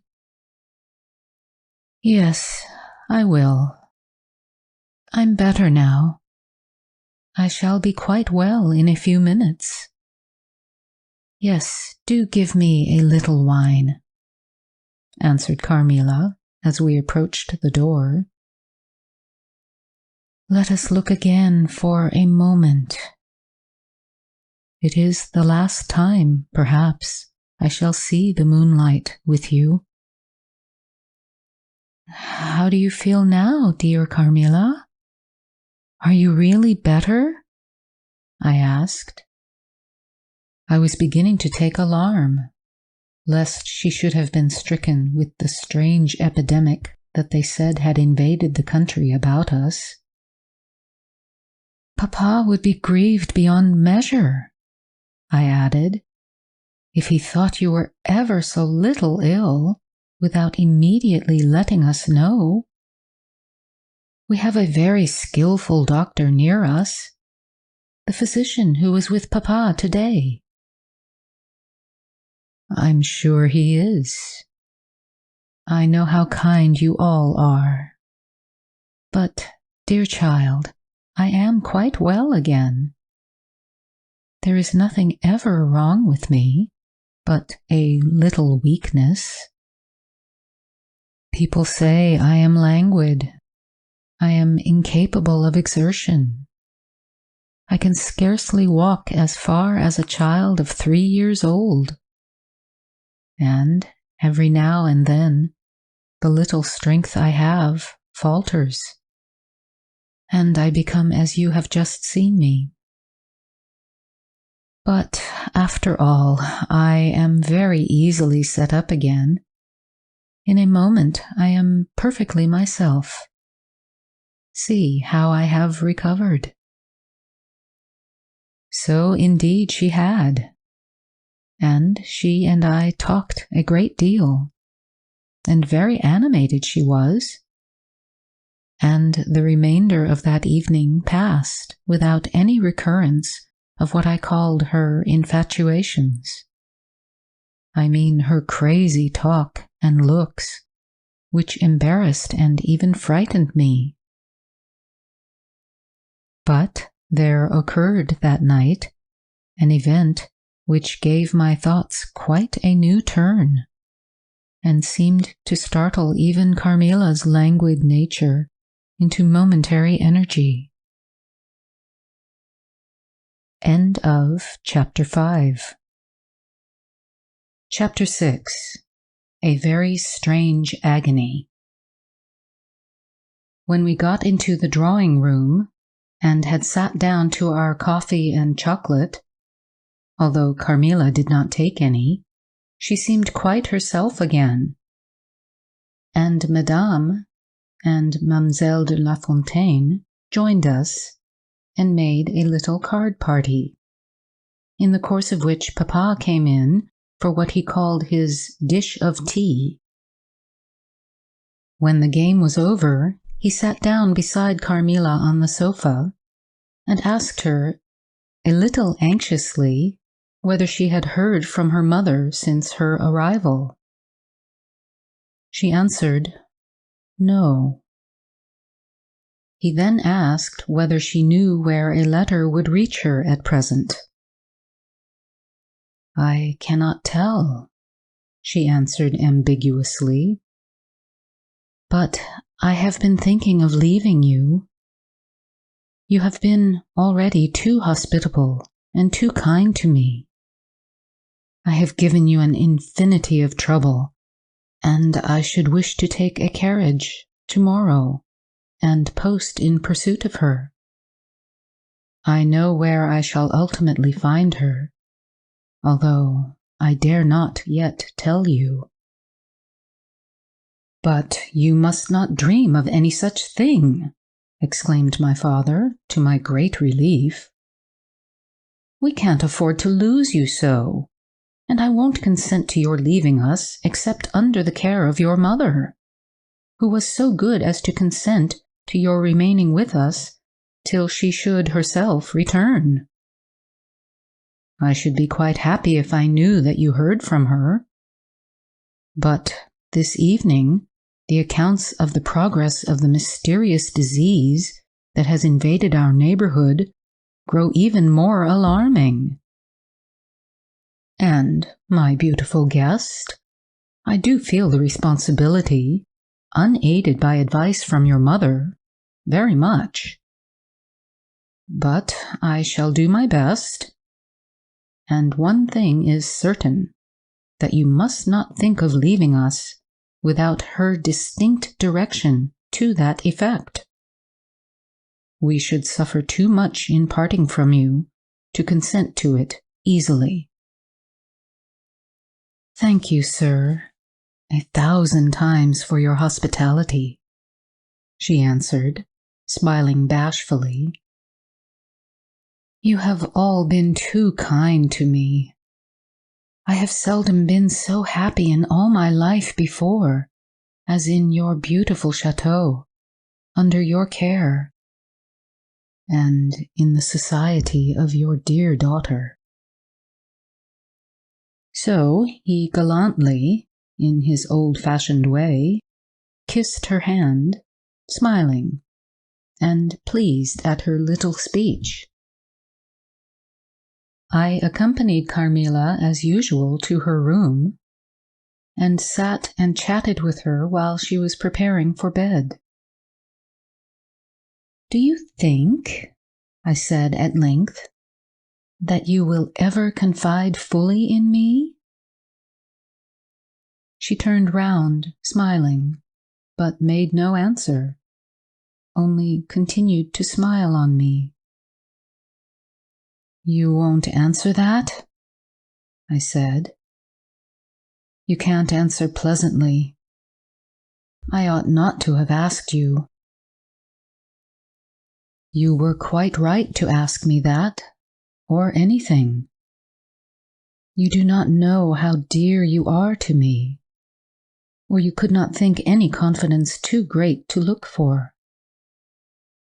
But I am under vows. No nun half so awfully, and I dare not tell my story yet, even to you. The time is very near when you shall know everything.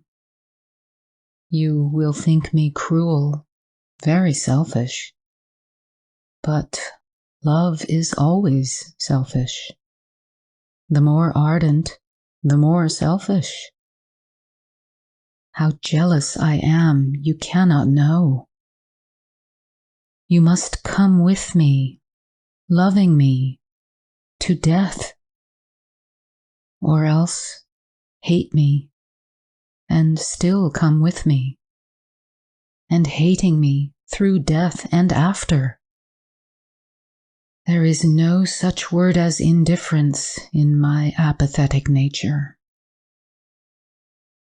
"Now, Carmilla, you are going to talk your wild nonsense again," I said hastily. "Not I, silly little fool as I am, and full of whims and fancies. For your sake, I'll talk like a sage.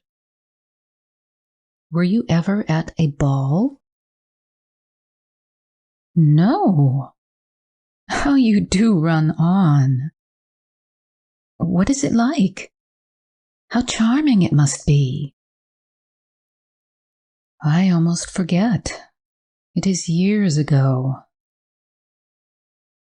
I laughed. "You are not so old. Your first ball can hardly be forgotten yet." "I remember everything about it, with an effort.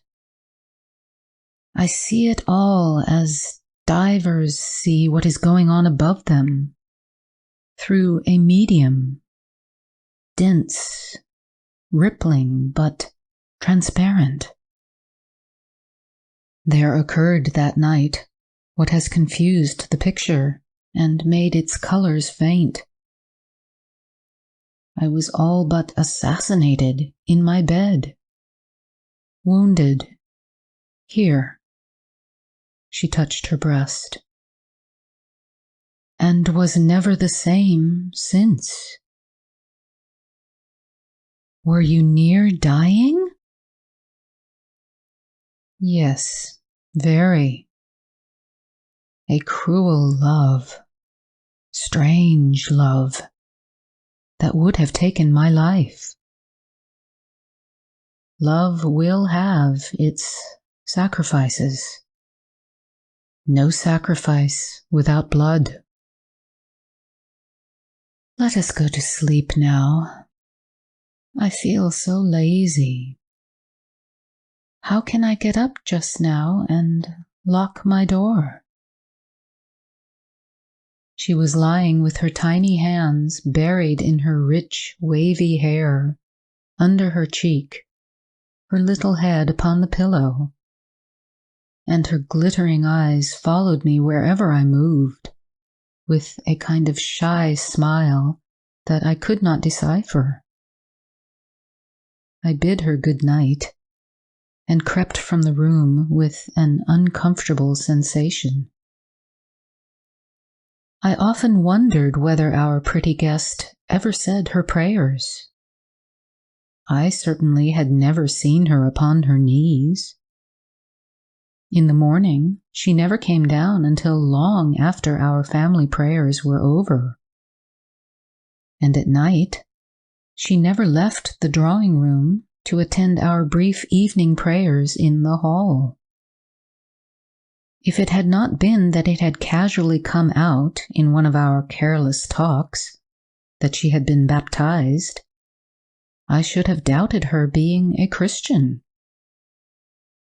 Religion was a subject on which I had never heard her speak a word.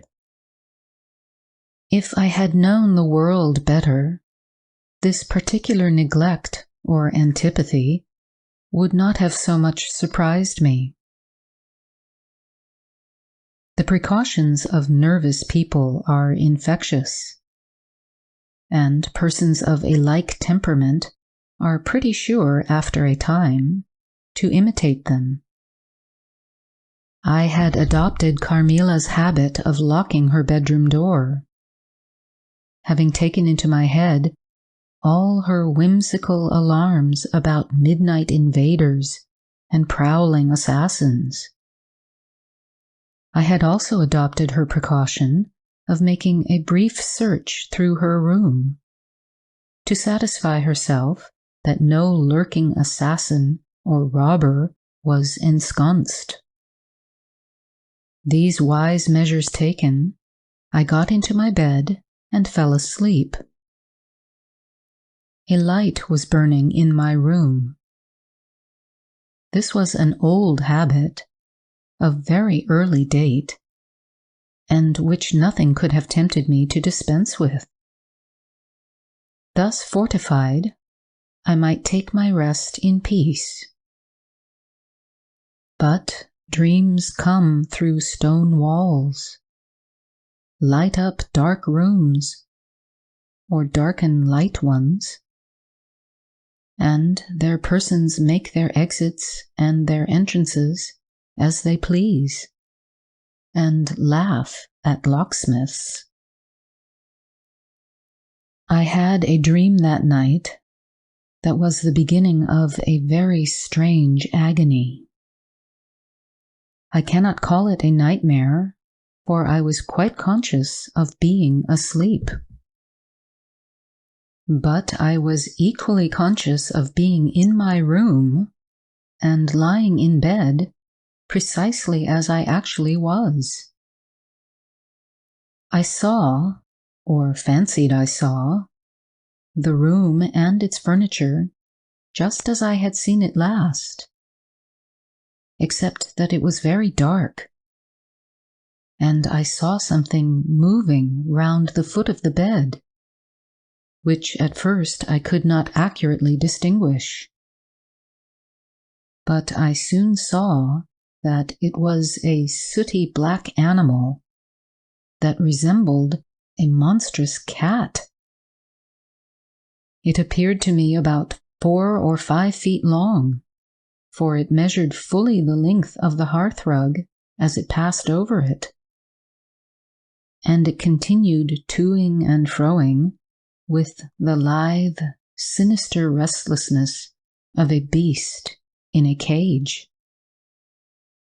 I could not cry out, although, as you may suppose, I was terrified.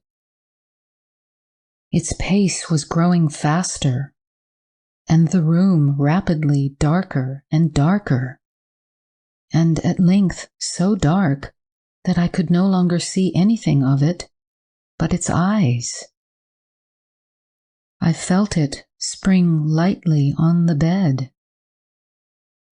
The 2 broad eyes approached my face, and suddenly I felt a stinging pain, as if two large needles darted an inch or two apart deep into my breast.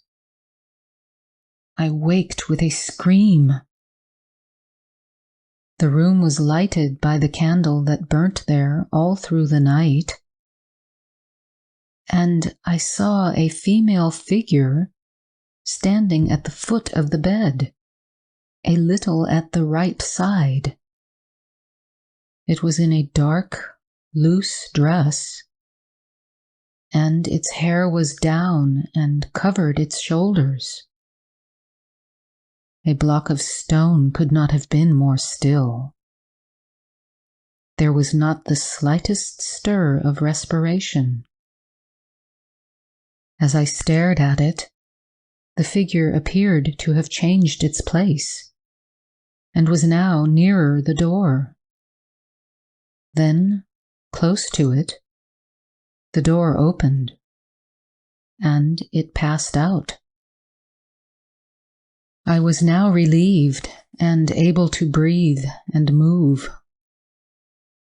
My first thought was that Carmilla had been playing me a trick, and that I had forgotten to secure my door.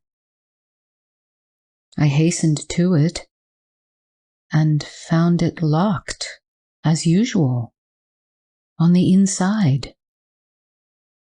I was afraid to open it. I was horrified. I sprang into my bed and covered my head up in the bedclothes, and lay there more dead than alive, till morning. End of Chapter 6. Chapter 7. Descending. It would be vain my attempting to tell you the horror with which even now I recall the occurrence of that night. It was no such transitory terror as a dream leaves behind it. It seemed to deepen by time, and communicated itself to the room and the very furniture that had encompassed the apparition. I could not bear next day to be alone for a moment. I should have told Papa, but for two opposite reasons. At one time, I thought he would laugh at my story, and I could not bear its being treated as a jest. And at another, I thought he might fancy that I had been attacked by the mysterious complaint which had invaded our neighborhood. I had, myself, no misgiving of the kind, and as he had been rather an invalid for some time, I was afraid of alarming him. I was comfortable enough with my good-natured companions, Madame Perrodon and the vivacious Mademoiselle de la Fontaine. They both perceived that I was out of spirits and nervous, and at length I told them what lay so heavy at my heart. Mademoiselle laughed, but I fancied that Madame Perrodon looked anxious. "By the by," said Mademoiselle, laughing, "the long lime-tree walk behind Carmilla's bedroom window is haunted." "Nonsense!" exclaimed Madame, who probably thought the theme rather inopportune. "And who tells that story, my dear?" "Martin says that he came up twice when the old yard gate was being repaired before sunrise, and twice saw the same female figure walking down the lime-tree avenue." "So he well might, as long as there are cows to milk in the river fields," said Madame. "I dare say, but Martin chooses to be frightened, and never did I see fool more frightened. You must not say a word about it to Carmilla, because she can see down that walk from her room window," I interposed. "And she is, if possible, a greater coward than I." Carmilla came down rather later than usual that day. "I was so frightened last night," she said, so soon as we were together. "And I am sure I should have seen something dreadful if it had not been for that charm I bought from the poor little hunchback whom I called such hard names. I had a dream of something black coming round my bed, and I awoke in a perfect horror. And I really thought for some seconds I saw a dark figure near the chimney-piece. But I felt under my pillow for my charm, and the moment my fingers touched it, the figure disappeared. And I felt quite certain, only that I had it by me, that something frightful would have made its appearance, and perhaps throttled me, as it did those poor people we heard of. "Well, listen to me," I began, and recounted my adventure, at the recital of which she appeared horrified. "And had you the charm near you?" she asked earnestly. "No, I had dropped it into a china vase in the drawing-room. But I shall certainly take it with me tonight, as you have so much faith in it."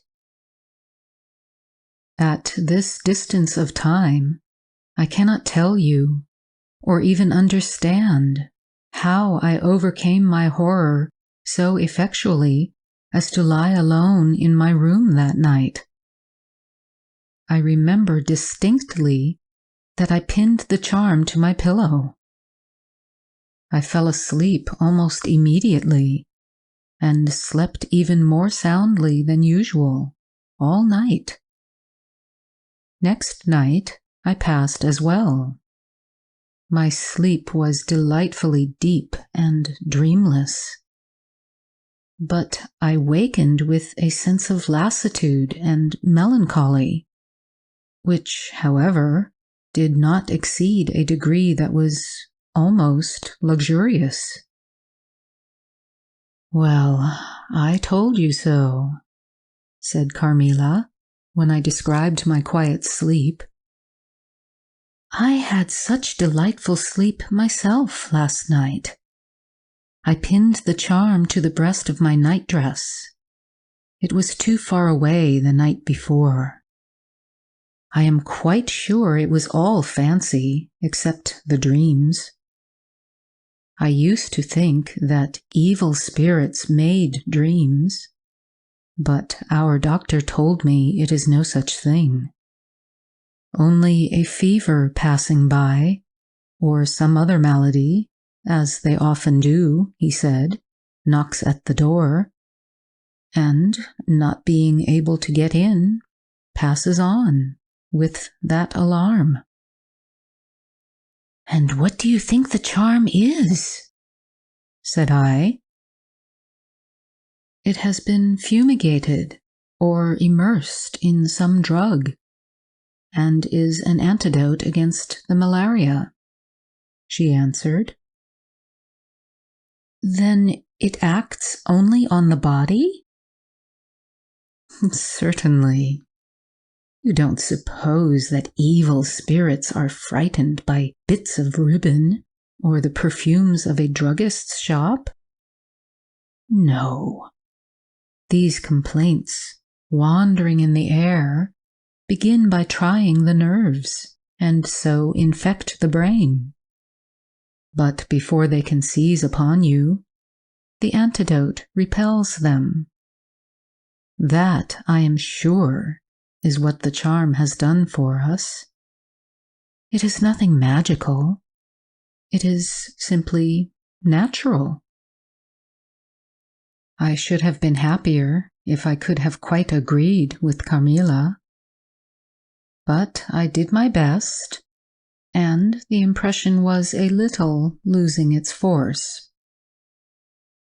For some nights I slept profoundly, but still every morning I felt the same lassitude, and a languor weighed upon me all day.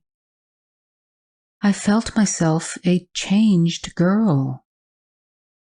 A strange melancholy was stealing over me, a melancholy that I would not have interrupted.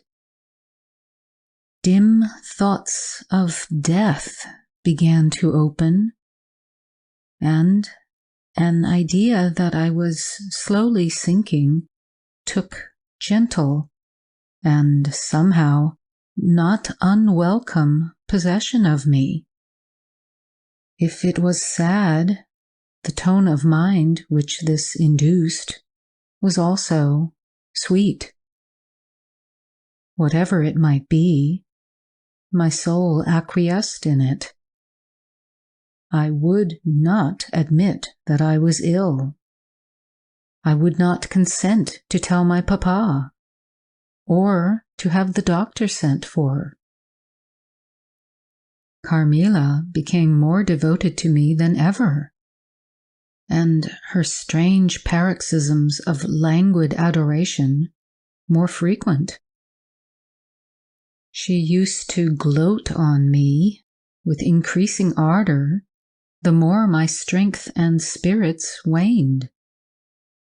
This always shocked me like a momentary glare of insanity. Without knowing it, I was now in a pretty advanced stage of the strangest illness under which mortal ever suffered. There was an unaccountable fascination in its earlier symptoms that more than reconciled me to the incapacitating effect of that stage of the malady. This fascination increased for a time until it reached a certain point when gradually a sense of the horrible mingled itself with it, deepening, as you shall hear, until it discolored and perverted the whole state of my life. The first change I experienced was rather agreeable. It was very near the turning point from which began the descent of Avernus. Certain vague and strange sensations visited me in my sleep. The prevailing one was of that pleasant, peculiar, cold thrill which we feel in bathing when we move against the current of a river. This was soon accompanied by dreams that seemed interminable and were so vague that I could never recollect their scenery and persons, or any one connected portion of their action. But they left an awful impression and a sense of exhaustion, as if I had passed through a long period of great mental exertion and danger. After all these dreams, there remained on waking a remembrance of having been in a place very nearly dark, and of having spoken to people whom I could not see, and especially of one clear voice of a female's, very deep, that spoke as if at a distance, slowly, and producing always the same sensation of indescribable solemnity and fear. Sometimes there came a sensation as if a hand was drawn softly along my cheek and neck. Sometimes it was as if warm lips kissed me, and longer and longer and more lovingly as they reached my throat. But there the caress fixed itself. My heart beat faster. My breathing rose and fell rapidly and full drawn. A sobbing that rose into a sense of strangulation supervened and turned into a dreadful convulsion in which my senses left me and I became unconscious. It was now 3 weeks since the commencement of this unaccountable state. My sufferings had, during the last week, told upon my appearance. I had grown pale. My eyes were dilated and darkened underneath, and the languor which I had long felt began to display itself in my countenance. My father asked me often whether I was ill, but with an obstinacy which now seems to me unaccountable, I persisted in assuring him that I was quite well. In a sense, this was true. I had no pain. I could complain of no bodily derangement. My complaint seemed to be one of the imagination or the nerves. And, horrible as my sufferings were, I kept them, with a morbid reserve, very nearly to myself. It could not be that terrible complaint which the peasants called the oupire, for I had now been suffering for 3 weeks, and they were seldom ill for much more than 3 days, when death put an end to their miseries. Carmilla complained of dreams and feverish sensations, but by no means of so alarming a kind as mine. I say that mine were extremely alarming. Had I been capable of comprehending my condition, I would have invoked aid and advice on my knees. The narcotic of an unsuspected influence was acting upon me, and my perceptions were benumbed. I am going to tell you now of a dream that led immediately to an odd discovery. One night, instead of the voice I was accustomed to hear in the dark, I heard one sweet and tender, and at the same time terrible, which said, "Your mother warns you to beware of the assassin."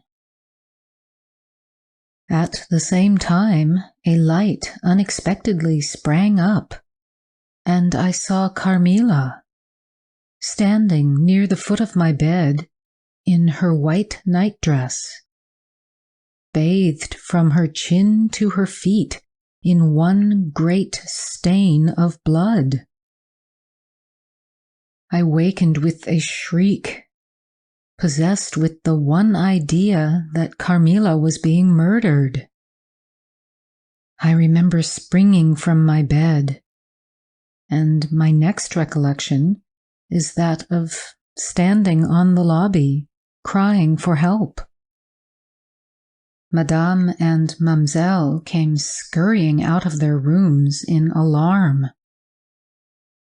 A lamp burned always on the lobby, and seeing me, they soon learned the cause of my terror. I insisted on our knocking at Carmilla's door. Our knocking was unanswered. It soon became a pounding and an uproar. We shrieked her name, but all was vain. We all grew frightened, for the door was locked. We hurried back in panic to my room. There we rang the bell, long and furiously. If my father's room had been at that side of the house, we would have called him up at once to our aid. But, alas, he was quite out of hearing, and to reach him involved an excursion for which we none of us had courage. Servants, however, soon came running up the stairs. I had got on my dressing gown and slippers meanwhile, and my companions were already similarly furnished. Recognizing the voices of the servants on the lobby, we sallied out together, and having renewed as fruitlessly our summons at Carmilla's door, I ordered the men to force the lock.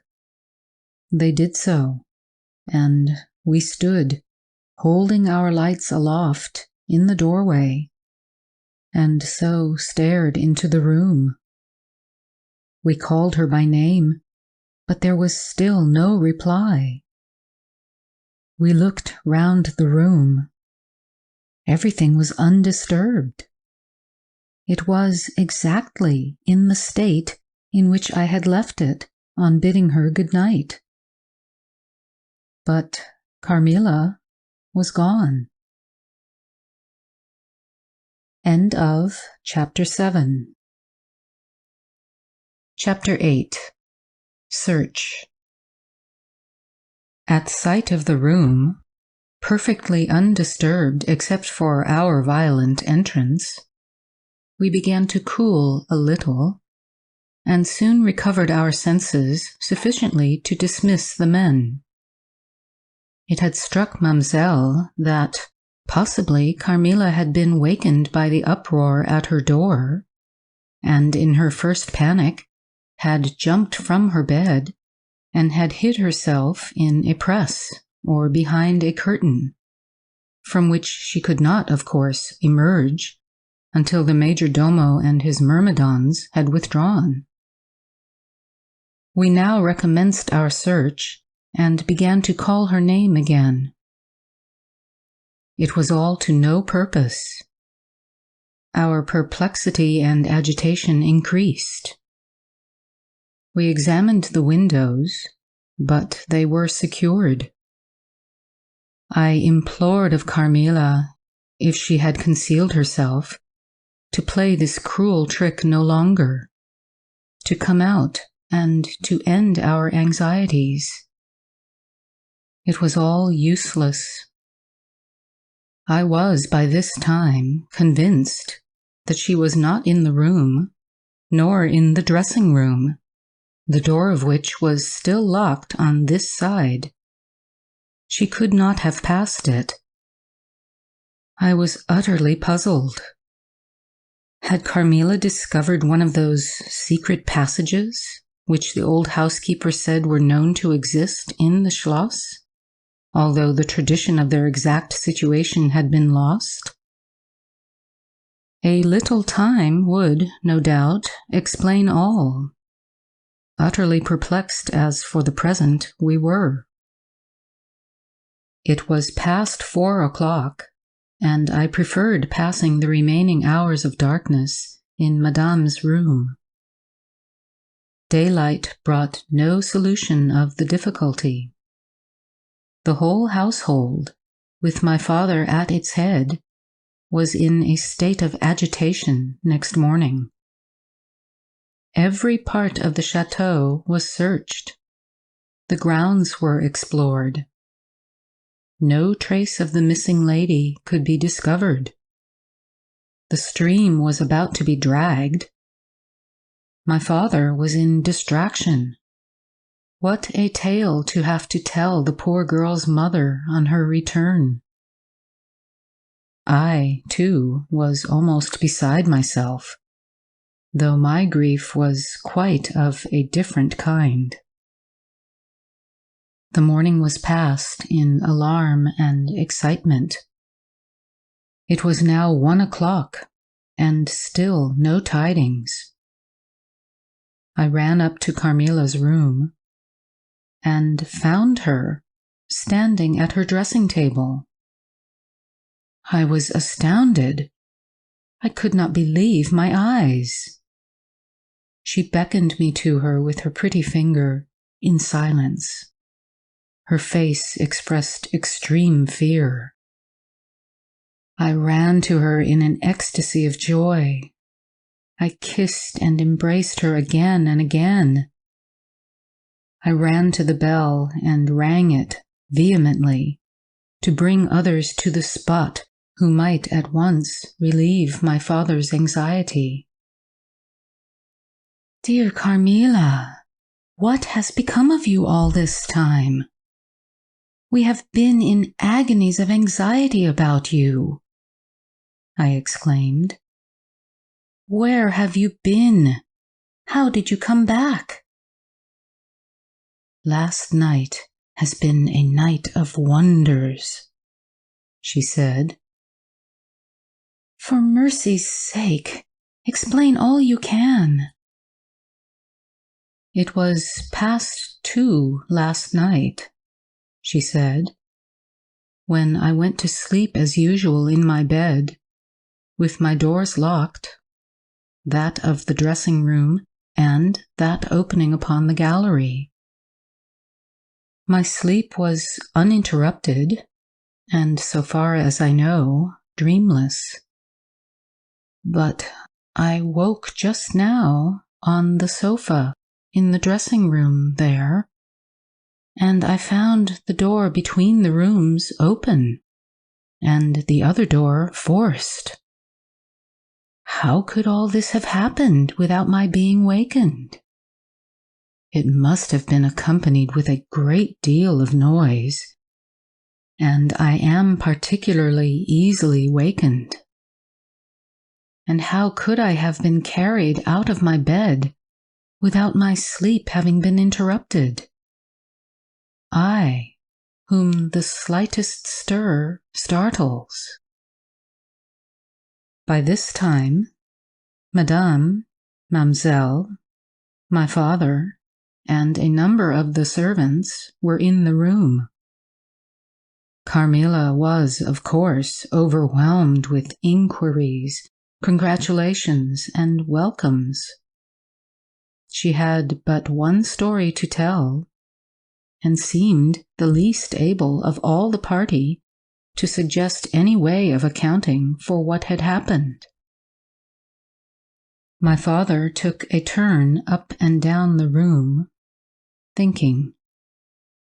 I saw Carmilla's eye follow him for a moment with a sly, dark glance.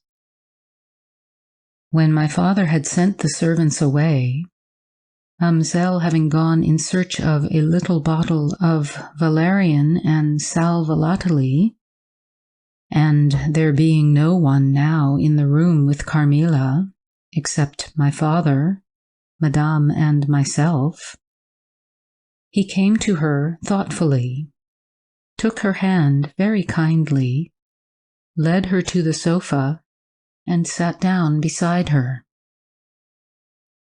"Will you forgive me, my dear, if I risk a conjecture and ask a question?"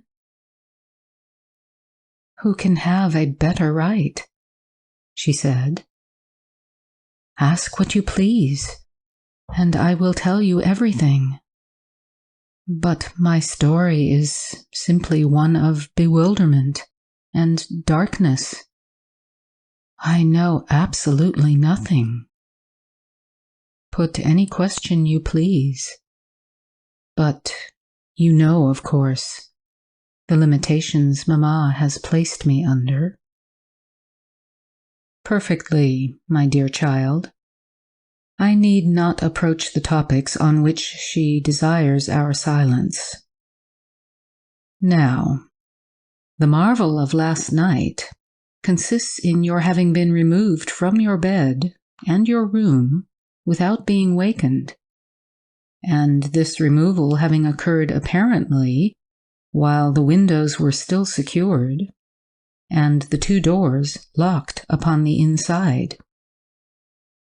I will tell you my theory and ask you a question. Carmilla was leaning on her hand dejectedly. Madame and I were listening breathlessly. Now, my question is this. Have you ever been suspected of walking in your sleep? Never, since I was very young indeed. But you did walk in your sleep when you were young? Yes, I know I did. I have been told so often by my old nurse. My father smiled and nodded. Well, what has happened is this. You got up in your sleep, unlocked the door, not leaving the key as usual in the lock, but taking it out and locking it on the outside.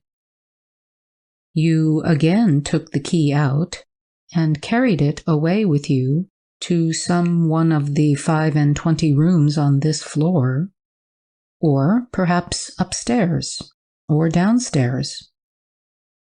There are so many rooms and closets, so much heavy furniture, and such accumulations of lumber that it would require a week to search this old house thoroughly. Do you see, now, what I mean? I do, but not all, she answered. And how, Papa, do you account for her finding herself on the sofa in the dressing room, which we had searched so carefully? She came there after you had searched it, still in her sleep, and at last awoke spontaneously, and was as much surprised to find herself where she was as anyone else.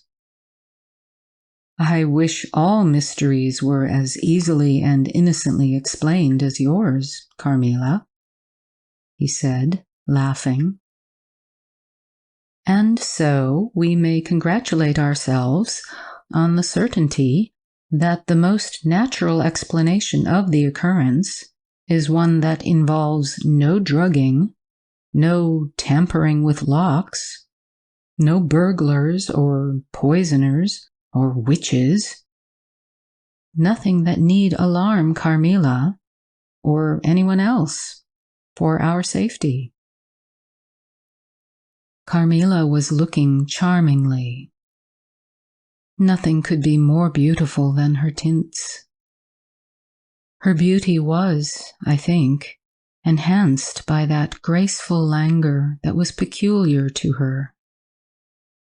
I think my father was silently contrasting her looks with mine, for he said, "I wish my poor Laura was looking more like herself," and he sighed. So our alarms were happily ended, and Carmilla restored to her friends. End of Chapter 8.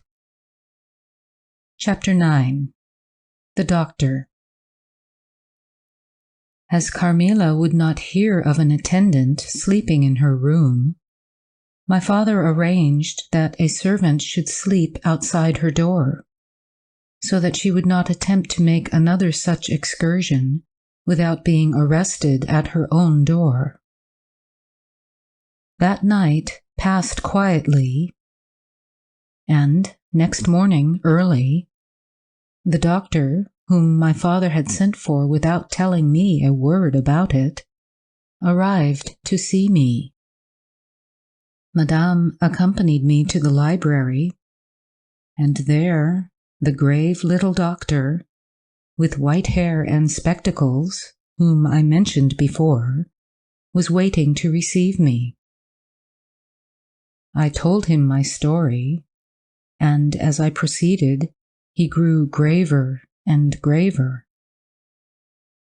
We were standing, he and I, in the recess of one of the windows, facing one another. When my statement was over, he leaned with his shoulders against the wall and with his eyes fixed on me earnestly, with an interest in which was a dash of horror. After a minute's reflection, he asked Madame if he could see my father. He was sent for accordingly, and as he entered, smiling, he said, "I dare say, Doctor, you are going to tell me that I am an old fool for having brought you here. I hope I am." But his smile faded into shadow as the doctor, with a very grave face, beckoned him to him. He and the doctor talked for some time in the same recess where I had just conferred with the physician. It seemed an earnest and argumentative conversation. The room is very large, and I and Madame stood together, burning with curiosity, at the farther end.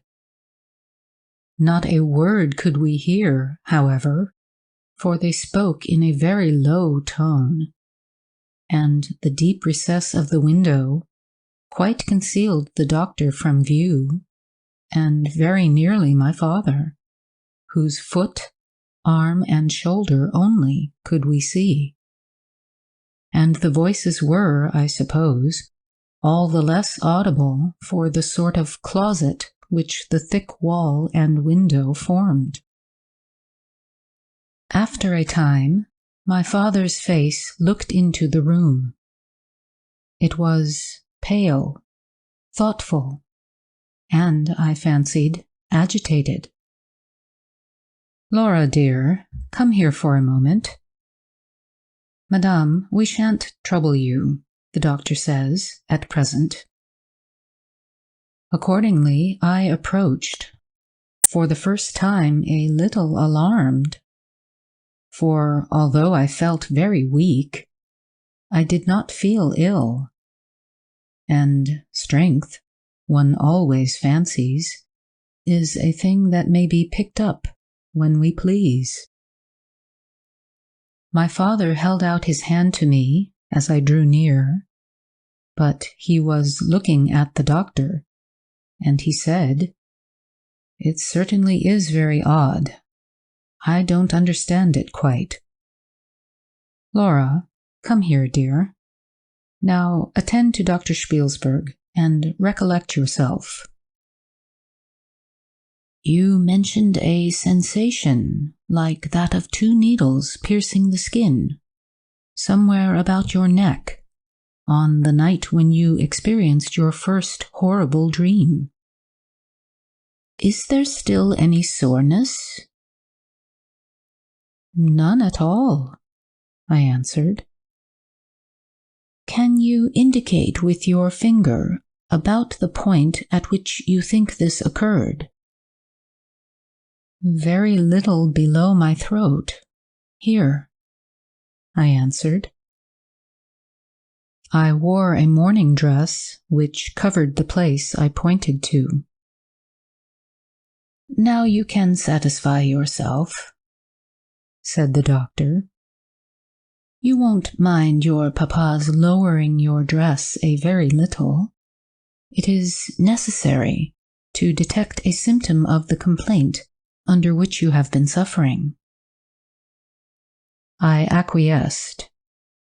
It was only an inch or 2 below the edge of my collar. "God bless me! So it is," exclaimed my father, growing pale. "You see it now with your own eyes, said the doctor, with a gloomy triumph. "What is it?" I exclaimed, beginning to be frightened. "Nothing, my dear young lady, but a small blue spot, about the size of the tip of your little finger.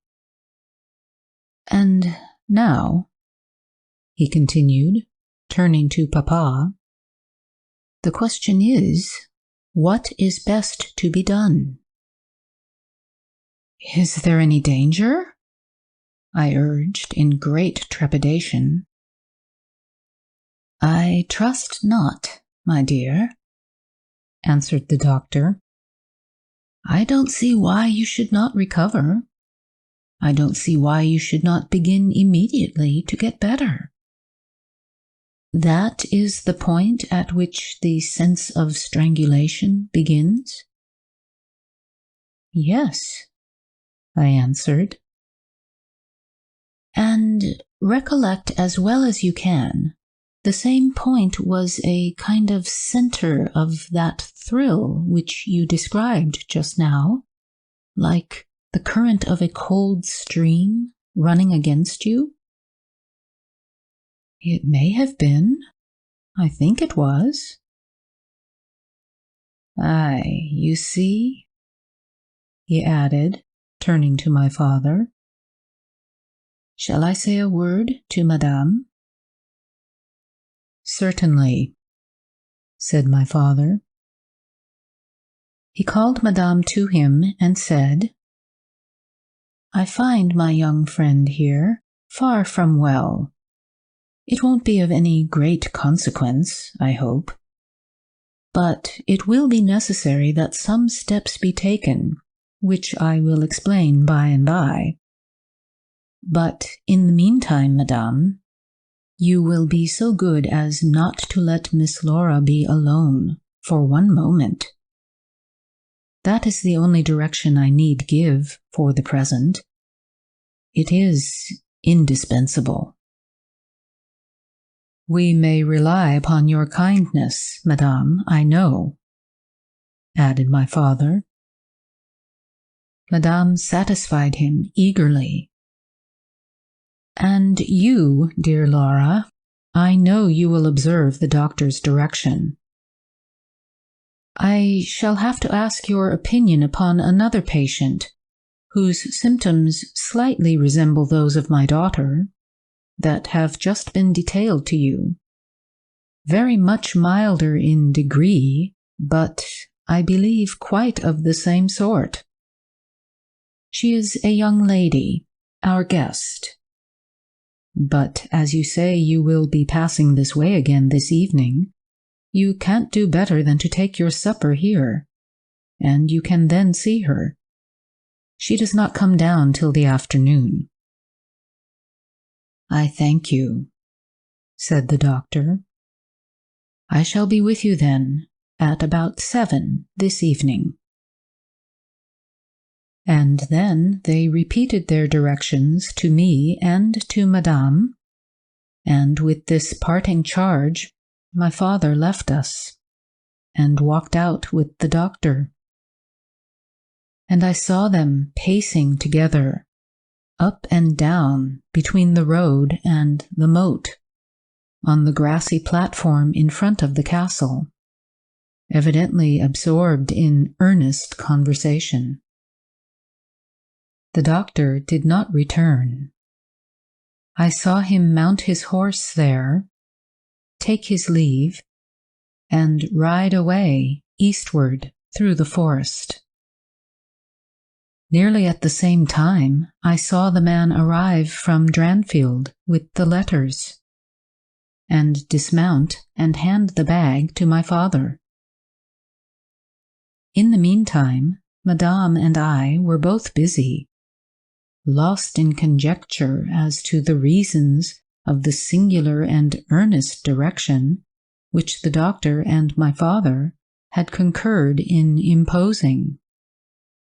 Madame, as she afterwards told me, was afraid the doctor apprehended a sudden seizure, and that, without prompt assistance, I might either lose my life in a fit, or at least be seriously hurt. The interpretation did not strike me, and I fancied, perhaps luckily for my nerves, that the arrangement was prescribed simply to secure a companion who would prevent my taking too much exercise, or eating unripe fruit, or doing any of the 50 foolish things to which young people are supposed to be prone. About half an hour after, my father came in. He had a letter in his hand, and said, "This letter had been delayed. It is from General Spielsdorf. He might have been here yesterday. He may not come till tomorrow, or he may be here today." He put the open letter into my hand, but he did not look pleased, as he used when a guest, especially one so much loved as the general, was coming. On the contrary, he looked as if he wished him at the bottom of the Red Sea. There was plainly something on his mind which he did not choose to divulge. "Papa, darling, will you tell me this?" said I, suddenly laying my hand on his arm, and looking, I am sure, imploringly in his face. "Perhaps," he answered, smoothing my hair caressingly over my eyes. "Does the doctor think me very ill?" "No, dear. He thinks if right steps are taken, you will be quite well again, at least on the high road to a complete recovery, in a day or two," he answered, a little dryly. "I wish our good friend the General had chosen any other time. That is, I wish you had been perfectly well to receive him." "But do tell me, Papa," I insisted. "What does he think is the matter with me?" "Nothing. You must not plague me with questions," he answered, with more irritation than I ever remember him to have displayed before. And seeing that I looked wounded, I suppose, he kissed me and added, "You shall know all about it in a day or two. That is all that I know. In the meantime, you are not to trouble your head about it." He turned and left the room, but came back before I had done wondering and puzzling over the oddity of all this. It was merely to say that he was going to Karnstein, and had ordered the carriage to be ready at 12, and that I and Madame should accompany him. He was going to see the priest who lived near those picturesque grounds upon business, and as Carmilla had never seen them, she could follow, when she came down, with Mademoiselle, who would bring materials for what you call a picnic, which might be laid for us in the ruined castle. At 12 o'clock, accordingly, I was ready, and not long after, my father, Madame, and I set out upon our projected drive. Passing the drawbridge, we turn to the right and follow the road over the steep Gothic bridge westward to reach the deserted village and ruined castle of Karnstein. No sylvan drive can be fancied prettier.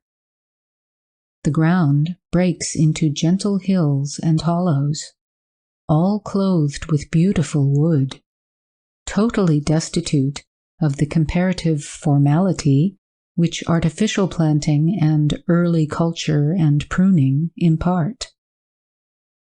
The irregularities of the ground often lead the road out of its course and cause it to wind beautifully round the sides of broken hollows and the steeper sides of the hills, among varieties of ground almost inexhaustible.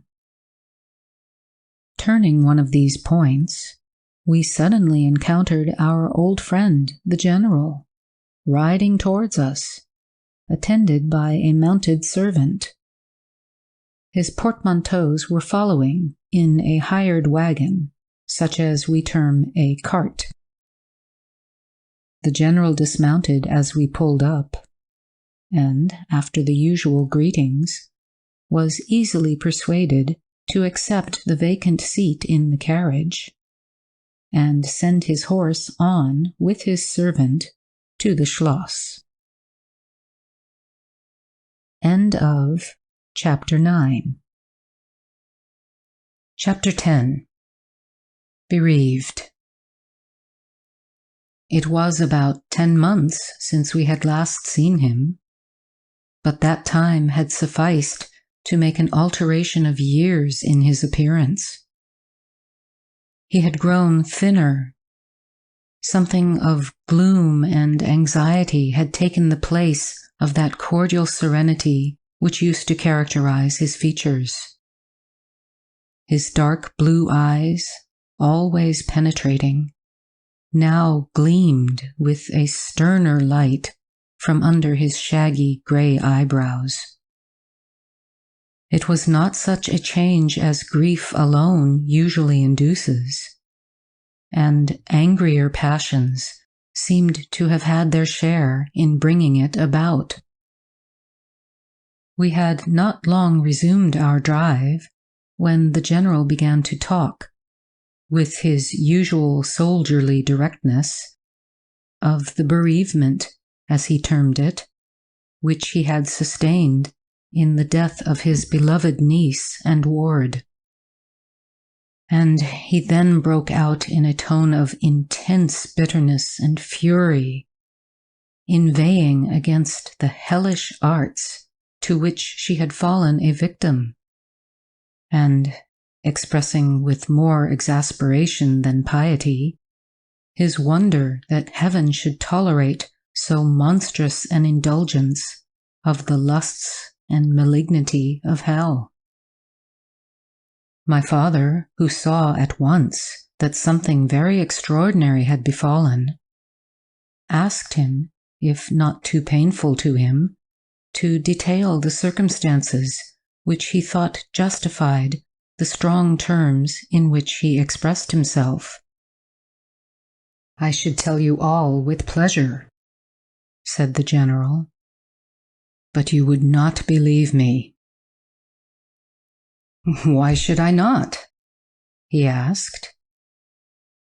"Because," he answered testily, "you believe in nothing but what consists with your own prejudices and illusions. I remember when I was like you, but I have learned better." "Try me," said my father. "I am not such a dogmatist as you suppose. Besides which, I very well know that you generally require proof for what you believe, and am, therefore, very strongly predisposed to respect your conclusions." "You are right in supposing that I have not been led lightly into a belief in the marvelous, for what I have experienced is marvelous, and I have been forced by extraordinary evidence to credit that which ran counter, diametrically, to all my theories. I have been made the dupe of a preternatural conspiracy." Notwithstanding his professions of confidence in the General's penetration, I saw my father, at this point, glance at the General with, as I thought, a marked suspicion of his sanity. The general did not see it, luckily. He was looking gloomily and curiously into the glades and vistas of the woods that were opening before us. "You are going to the ruins of Karnstein?" he asked. "Yes, it is a lucky coincidence. Do you know, I was going to ask you to bring me there to inspect them. I have a special object in exploring. There is a ruined chapel, ain't there, with a great many tombs of that extinct family?" "So there are. Highly interesting," said my father. "I hope you are thinking of claiming the title and estates." My father said this gaily, but the general did not recollect the laugh, or even the smile, which courtesy exacts for a friend's joke. On the contrary, he looked grave and even fierce, ruminating on a matter that stirred his anger and horror. "Something very different," he said gruffly. "I mean to unearth some of those fine people. I hope, by God's blessing, to accomplish a pious sacrilege here, which will relieve our earth of certain monsters, and enable honest people to sleep in their beds without being assailed by murderers. I have strange things to tell you, my dear friend, such as I myself would have scouted as incredible a few months since." My father looked at him again, but this time not with a glance of suspicion, with an eye, rather, of keen intelligence and alarm. "The house of Karnstein," he said, "has long been extinct, 100 years at least. My dear wife was maternally descended from the Karnsteins, but the name and title have long ceased to exist. The castle is a ruin. The very village is deserted. It is 50 years since the smoke of a chimney was seen there. Not a roof left." "Quite true. I have heard a great deal about that since I last saw you. A great deal that will astonish you. But I had better relate everything in the order in which it occurred," said the general. "You saw my dear ward, my child, I may call her. No creature could have been more beautiful. And only 3 months ago, none more blooming." "Yes, poor thing. When I saw her last, she certainly was quite lovely," said my father. "I was grieved and shocked, more than I can tell you, my dear friend. I knew what a blow it was to you." He took the general's hand, and they exchanged a kind pressure. Tears gathered in the old soldier's eyes. He did not seek to conceal them. He said, "We have been very old friends. I knew you would feel for me, childless as I am. She had become an object of very near interest to me, and repaid my care by an affection that cheered my home and made my life happy. That is all gone.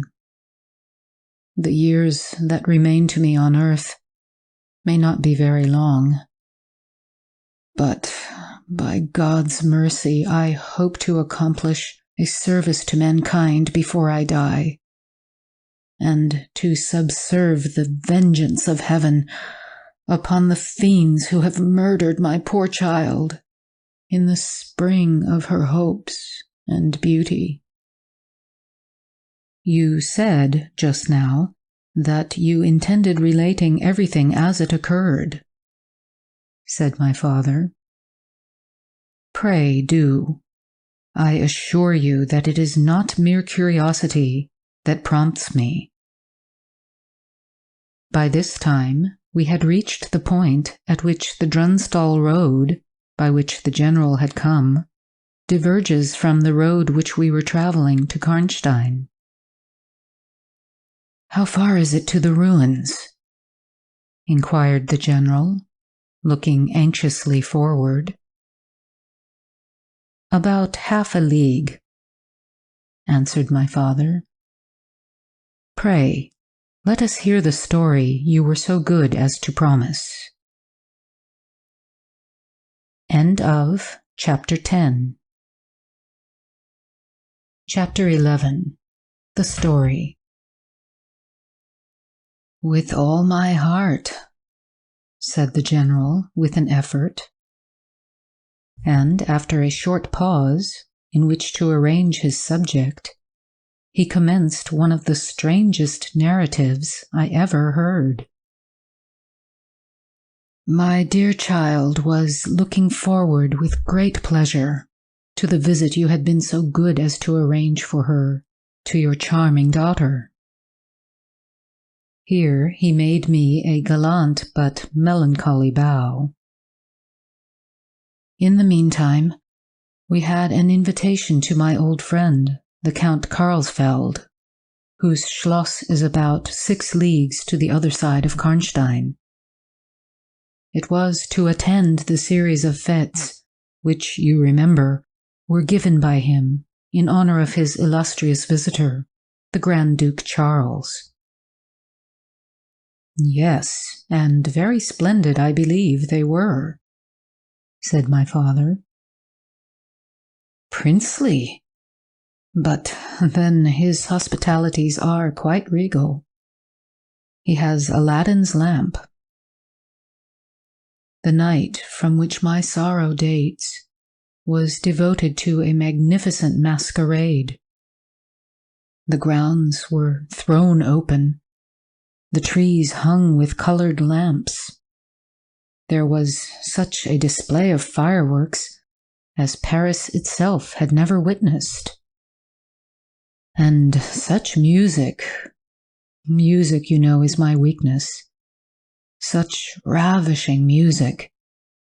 The finest instrumental band, perhaps, in the world. And the finest singers who could be collected from all the great operas in Europe.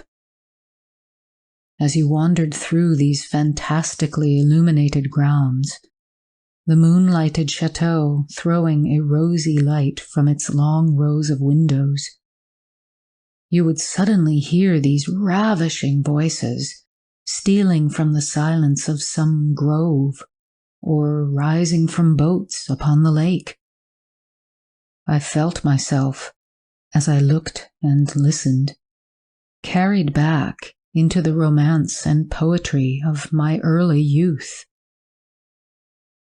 When the fireworks were ended and the ball beginning, we returned to the noble suite of rooms that were thrown open to the dancers. A masked ball, you know, is a beautiful sight, but so brilliant a spectacle of the kind I never saw before. It was a very aristocratic assembly. I was myself almost the only nobody present. My dear child was looking quite beautiful. She wore no mask. Her excitement and delight added an unspeakable charm to her features, always lovely. I remarked a young lady, dressed magnificently, but wearing a mask, who appeared to me to be observing my ward with extraordinary interest. I had seen her earlier in the evening in the great hall, and again for a few minutes walking near us. on the terrace under the castle windows, similarly employed. A lady, also masked, richly and gravely dressed, and with a stately air like a person of rank, accompanied her as a chaperone. Had the young lady not worn a mask, I could, of course, have been much more certain upon the question whether she was really watching my poor darling. I am now well assured that she was. We were now in one of the salons. My poor dear child had been dancing and was resting a little in one of the chairs near the door. I was standing near. The two ladies I have mentioned had approached, and the younger took the chair next my ward, while her companion stood beside me, and for a little time addressed herself in a low tone to her charge.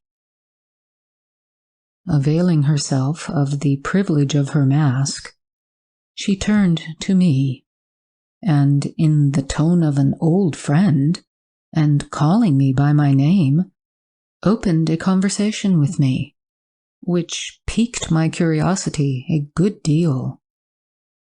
She referred to many scenes where she had met me, at court and at distinguished houses. She alluded to little incidents which I had long ceased to think of, but which, I found, had only lain in abeyance in my memory, for they instantly started into life at her touch.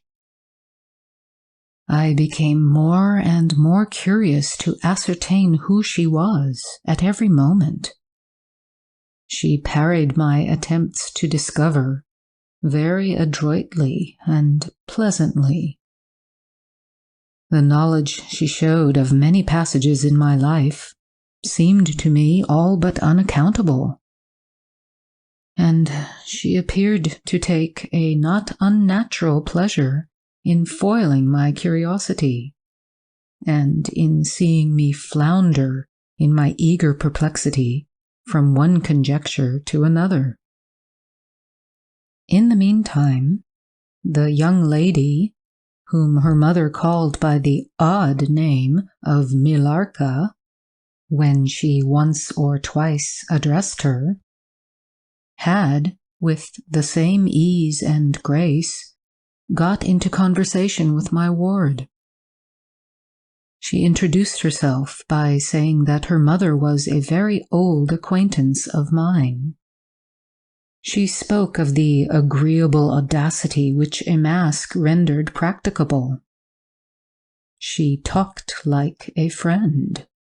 She admired her dress, and insinuated very prettily her admiration of her beauty. She amused her with laughing criticisms upon the people who crowded the ballroom, and laughed at my poor child's fun. She was very witty and lively when she pleased, and after a time they had grown very good friends. And the young stranger lowered her mask, displaying a remarkably beautiful face. I had never seen it before, neither had my dear child. But though it was new to us, the features were so engaging, as well as lovely, that it was impossible not to feel the attraction powerfully.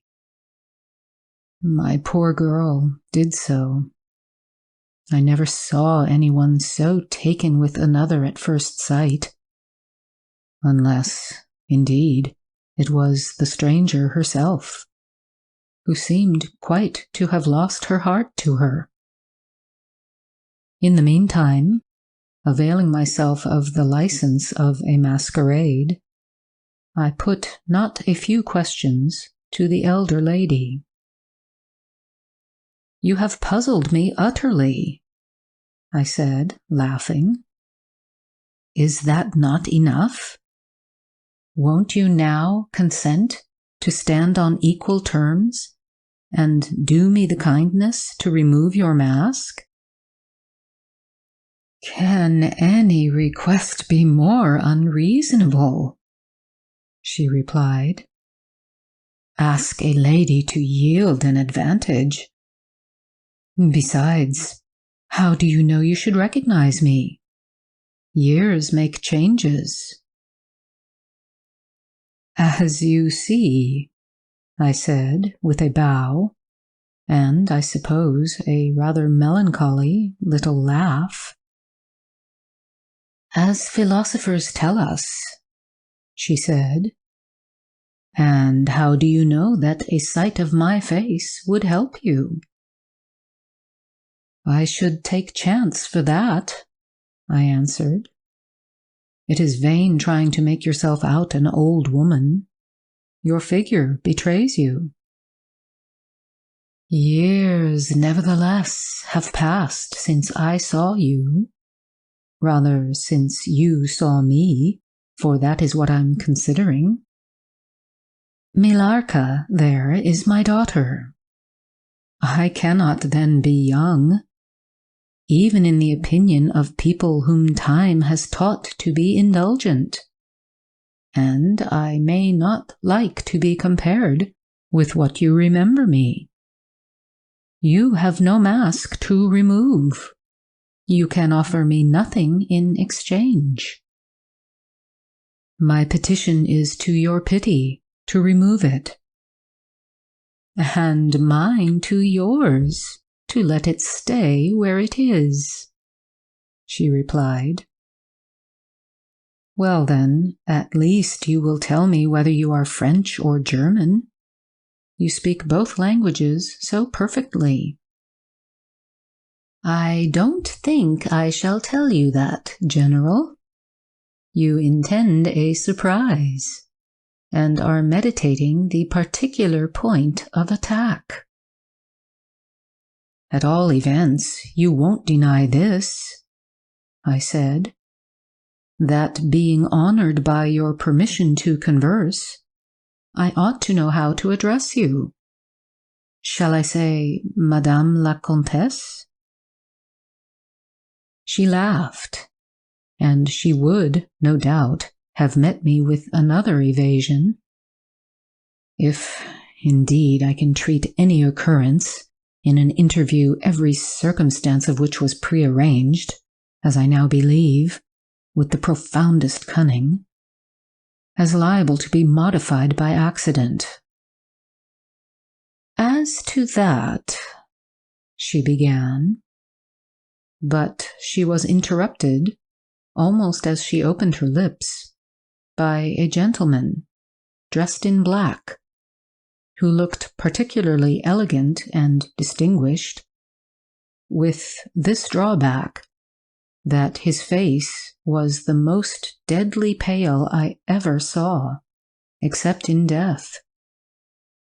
He was in no masquerade, in the plain evening dress of a gentleman, and he said, without a smile, but with a courtly and unusually low bow, Will Madame la Comtesse permit me to say a very few words which may interest her? The lady turned quickly to him and touched her lip in token of silence. She then said to me, Keep my place for me, General. I shall return when I have said a few words. And with this injunction, playfully given, she walked a little aside with the gentleman in black, and talked for some minutes, apparently very earnestly. They then walked away slowly together in the crowd, and I lost them for some minutes.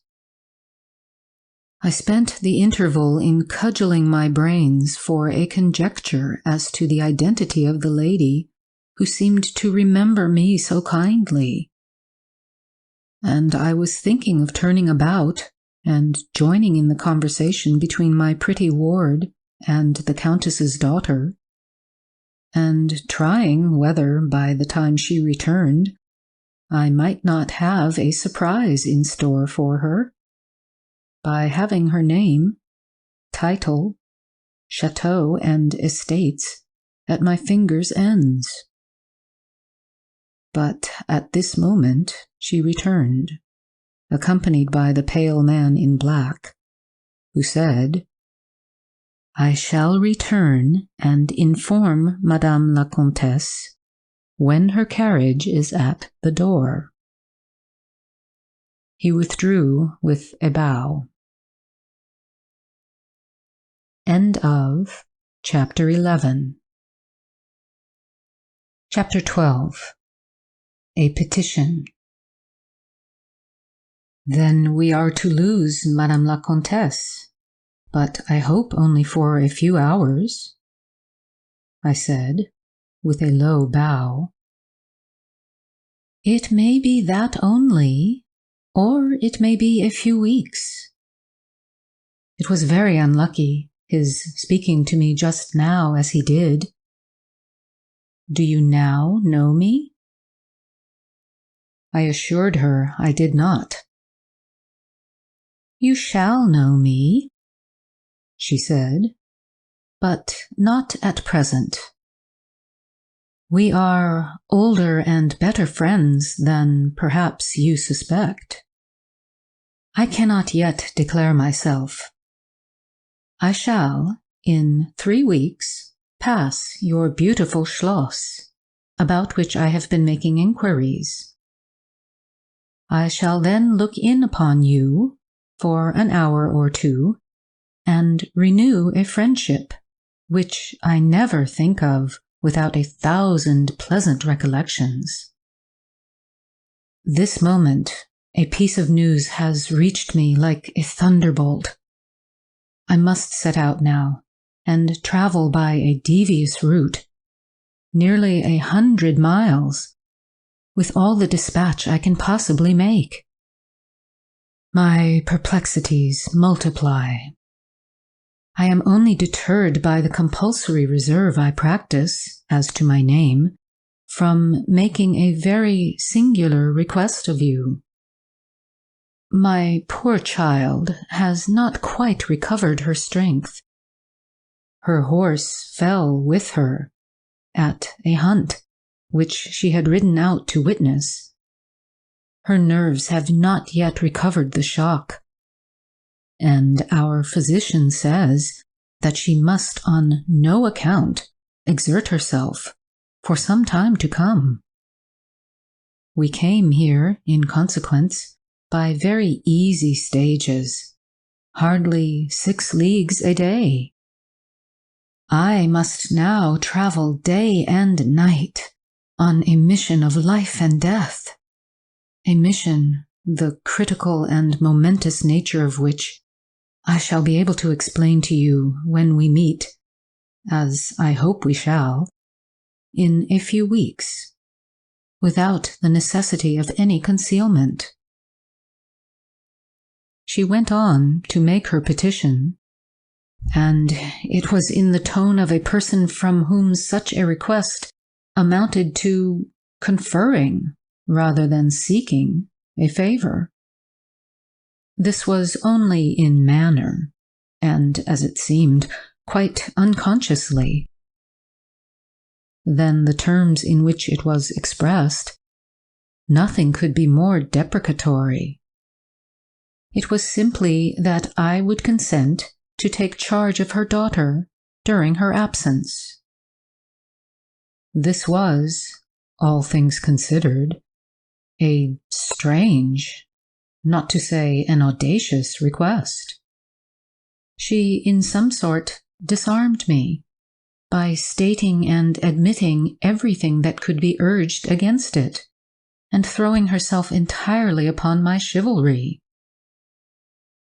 At the same moment, by a fatality that seems to have predetermined all that happened, my poor child came to my side, and in an undertone besought me to invite her new friend, Millarca, to pay us a visit.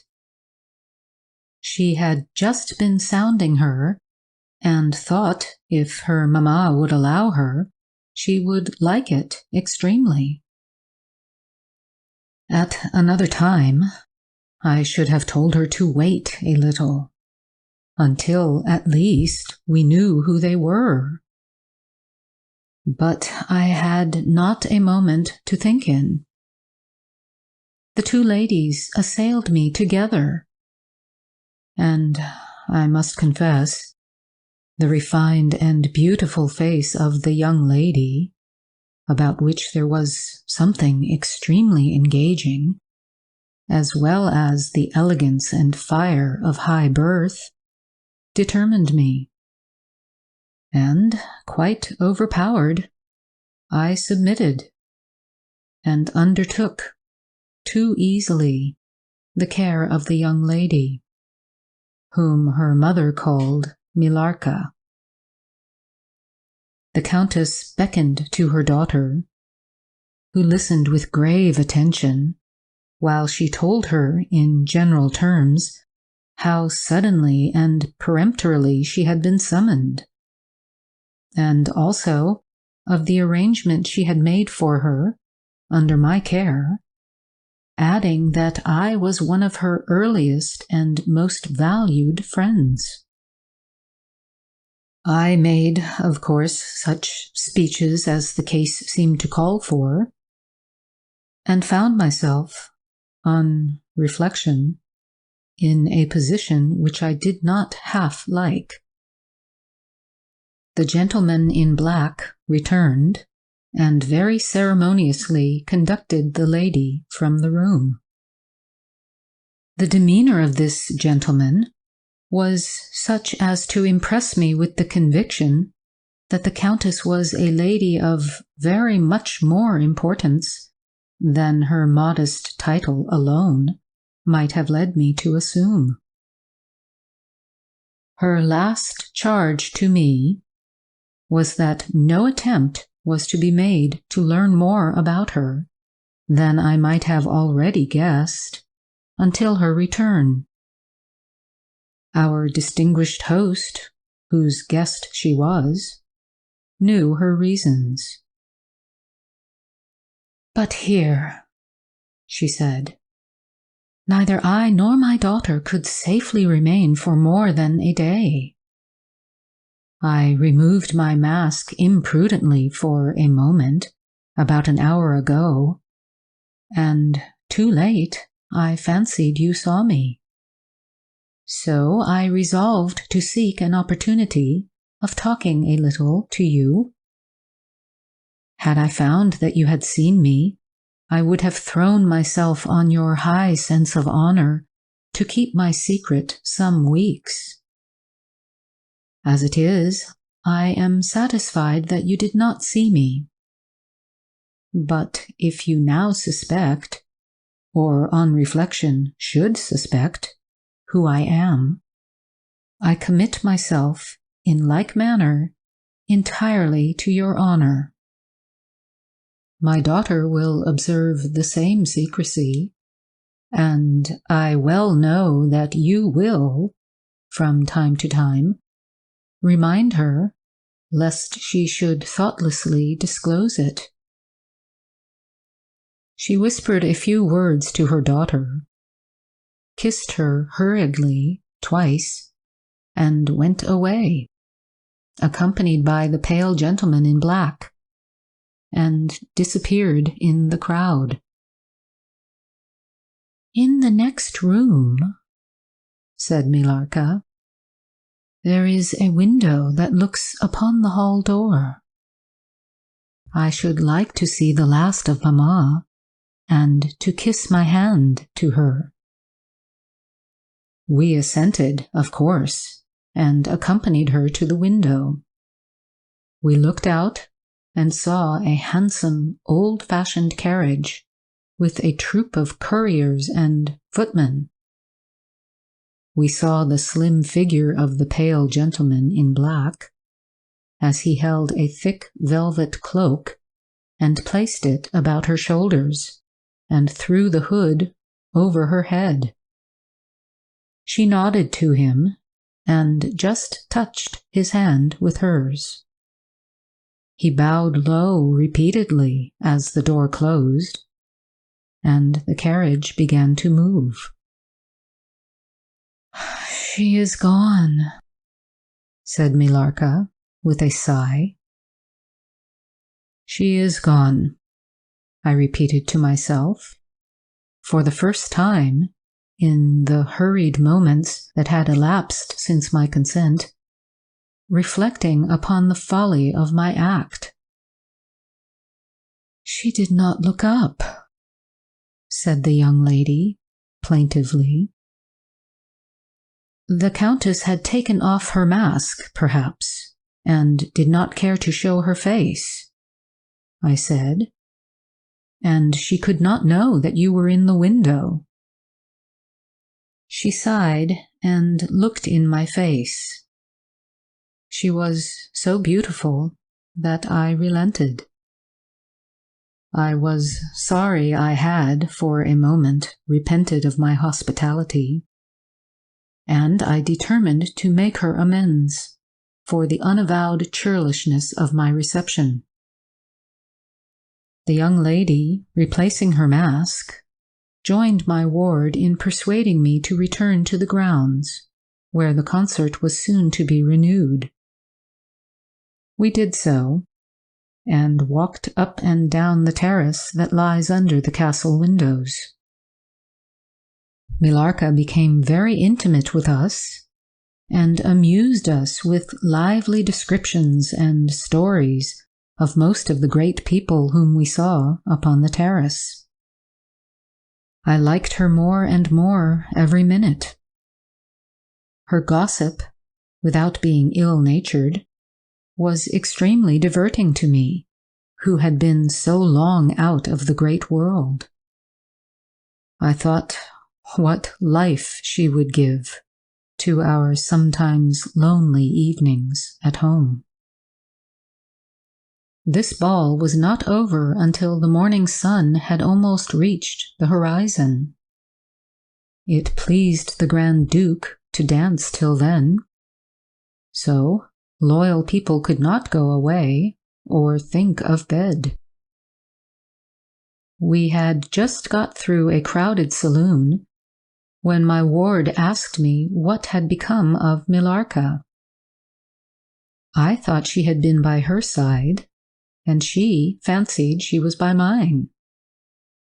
The fact was, we had lost her. All my efforts to find her were vain. I feared that she had mistaken, in the confusion of a momentary separation from us, other people for her new friends, and had possibly pursued and lost them in the extensive grounds which were thrown open to us. Now, in its full force, I recognized a new folly in my having undertaken the charge of a young lady without so much as knowing her name.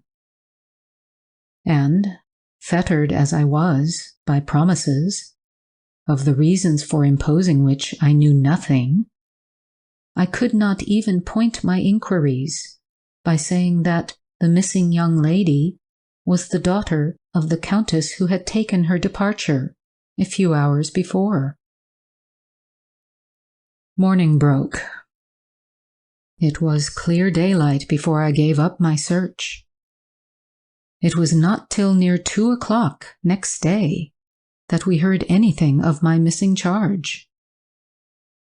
At about that time, a servant knocked at my niece's door to say that he had been earnestly requested by a young lady, who appeared to be in great distress, to make out where she could find the General Baron Spielsdorf and the young lady, his daughter, in whose charge she had been left by her mother. There could be no doubt, notwithstanding the slight inaccuracy, that our young friend had turned up, and, So she had. Would to heaven we had lost her. She told my poor child a story to account for her having failed to recover us for so long. Very late, she said, she had got to the housekeeper's bedroom, in despair of finding us, and had then fallen into a deep sleep, which, long as it was, had hardly sufficed to recruit her strength after the fatigues of the ball. That day, Milarka came home with us. I was only too happy, after all, to have secured so charming a companion for my dear girl. End of Chapter 12. Chapter 13. The Woodman. There soon, however, appeared some drawbacks. In the first place, Milarka complained of extreme languor, the weakness that remained after her late illness, and she never emerged from her room till the afternoon was pretty far advanced. In the next place, it was accidentally discovered, although she always locked her door on the inside, and never disturbed the key from its place till she admitted the maid to assist at her toilet, that she was undoubtedly sometimes absent from her room in the very early morning, and at various times later in the day, before she wished it to be understood that she was stirring. She was repeatedly seen from the windows of the Schloss, in the first faint grey of the morning, walking through the trees in an easterly direction, and looking like a person in a trance. This convinced me that she walked in her sleep. But this hypothesis did not solve the puzzle. How did she pass out from her room, leaving the door locked on the inside? How did she escape from the house without unbarring door or window? In the midst of my perplexities, an anxiety of a far more urgent kind presented itself. My dear child began to lose her looks and health, and that in a manner so mysterious and even horrible that I became thoroughly frightened. She was, at first, visited by appalling dreams. Then, as she fancied, by a spectre, sometimes resembling Milarka, sometimes in the shape of a beast, indistinctly seen, walking round the foot of her bed, from side to side. Lastly came sensations. One not unpleasant, but very peculiar, she said, resembled the flow of an icy stream against her breast. At a later time, she felt something like a pair of large needles pierce her, a little below the throat, with a very sharp pain. A few nights after followed a gradual and convulsive sense of strangulation. Then came unconsciousness. I could hear distinctly every word the kind old general was saying, because by this time we were driving upon the short grass that spreads on either side of the road as you approach the roofless village, which had not shown the smoke of a chimney for more than half a century. You may guess how strangely I felt as I heard my own symptoms so exactly described in those which had been experienced by the poor girl who, but for the catastrophe which followed, would have been, at that moment, a visitor at my father's chateau. You may suppose, also, how I felt, as I heard him detail habits and mysterious peculiarities, which were, in fact, those of our beautiful guest, Carmilla. A vista opened in the forest. We were, on a sudden, under the chimneys and gables of the ruined village, and the towers and battlements of the dismantled castle, round which gigantic trees are grouped, overhung us from a slight eminence. In a frightened dream, I got down from the carriage, and in silence, for we had each abundant matter for thinking. We soon mounted the ascent, and were among the spacious chambers, winding stairs, and dark corridors of the castle. And this was once the palatial residence of the Karnsteins, said the old general at length, as from a great window he looked out across the village and saw the wide, undulating expanse of forest. It was a bad family, and here its blood-stained annals were written, he continued. It is hard that they should, after death, continue to plague the human race with their atrocious lusts. That is the chapel of the Karnsteins, down there. He pointed down to the grey walls of the Gothic building, partly visible through the foliage, a little way down the steep. And I hear the axe of a woodman, he added, busy among the trees that surround it. He possibly may give us the information of which I am in search, and point out the grave of Mircalla, Countess of Karnstein. These rustics preserve the local traditions of great families, whose stories die out among the rich and titled so soon as the families themselves become extinct. We have a portrait at home of Mircalla, the Countess Karnstein. Should you like to see it? Asked my father. Time enough, dear friend, replied the general. I believe that I have seen the original, and one motive which has led me to you, earlier than I at first intended, was to explore the chapel which we are now approaching. What?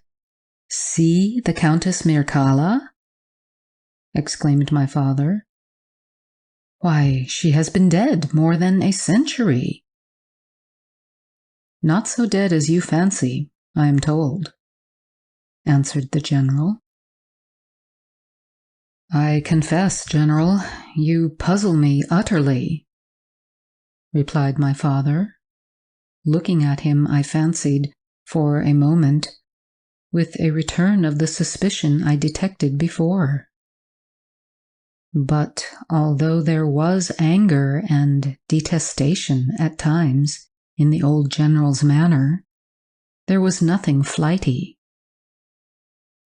There remains to me, he said, as we passed under the heavy arch of the Gothic church, for its dimensions would have justified its being so styled, but one object which can interest me during the few years that remain to me on earth, and that is to wreak on her the vengeance which I thank God may still be accomplished by a mortal arm.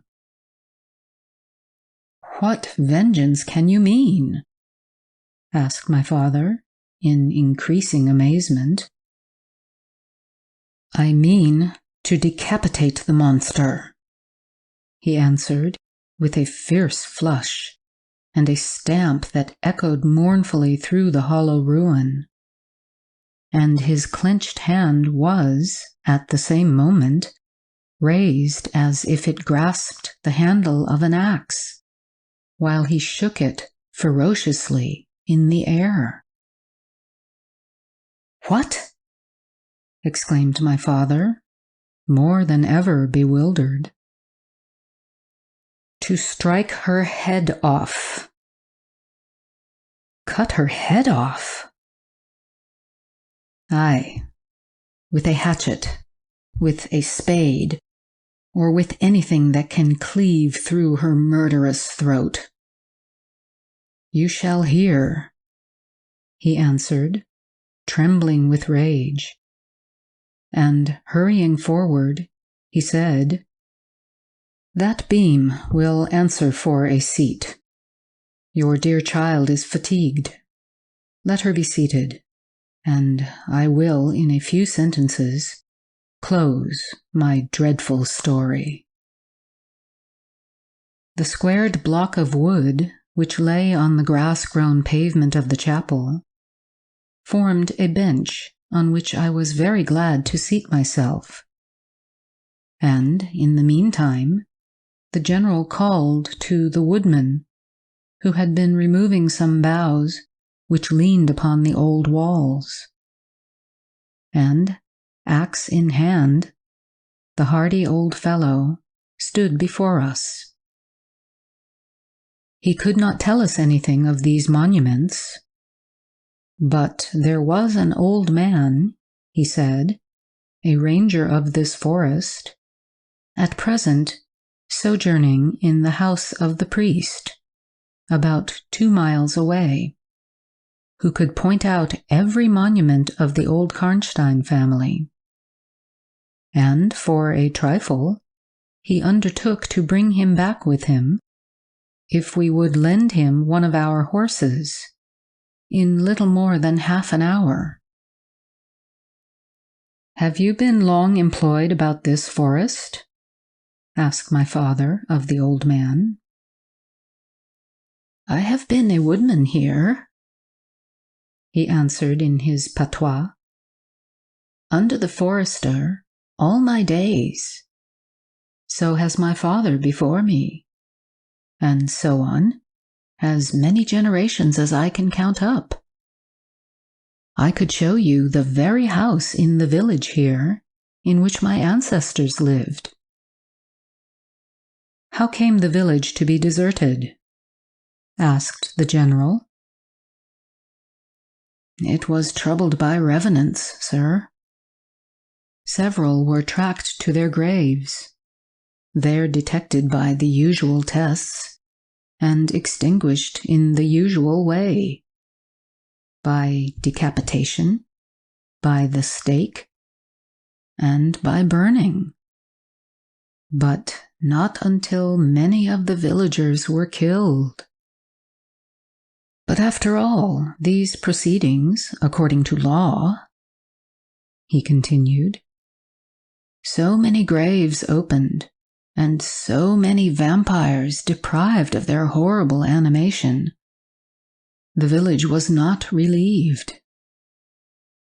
But a Moravian nobleman, who happened to be traveling this way, heard how matters were, and being skilled, as many people are in his country, in such affairs, he offered to deliver the village from its tormentor. He did so thus. There being a bright moon that night, he ascended, shortly after sunset, the towers of the chapel here, from whence he could distinctly see the churchyard beneath him. You can see it from that window. From this point, he watched until he saw the vampire come out of his grave, and place near it the linen clothes in which he had been folded, and then glide away towards the village to plague its inhabitants. The stranger, having seen all this, came down from the steeple, took the linen wrappings of the vampire, and carried them up to the top of the tower, which he again mounted. When the vampire returned from his prowlings and missed his clothes, he cried furiously to the Moravian, whom he saw at the summit of the tower, and who, in reply, beckoned him to ascend and take them. Whereupon the vampire, accepting his invitation, began to climb the steeple.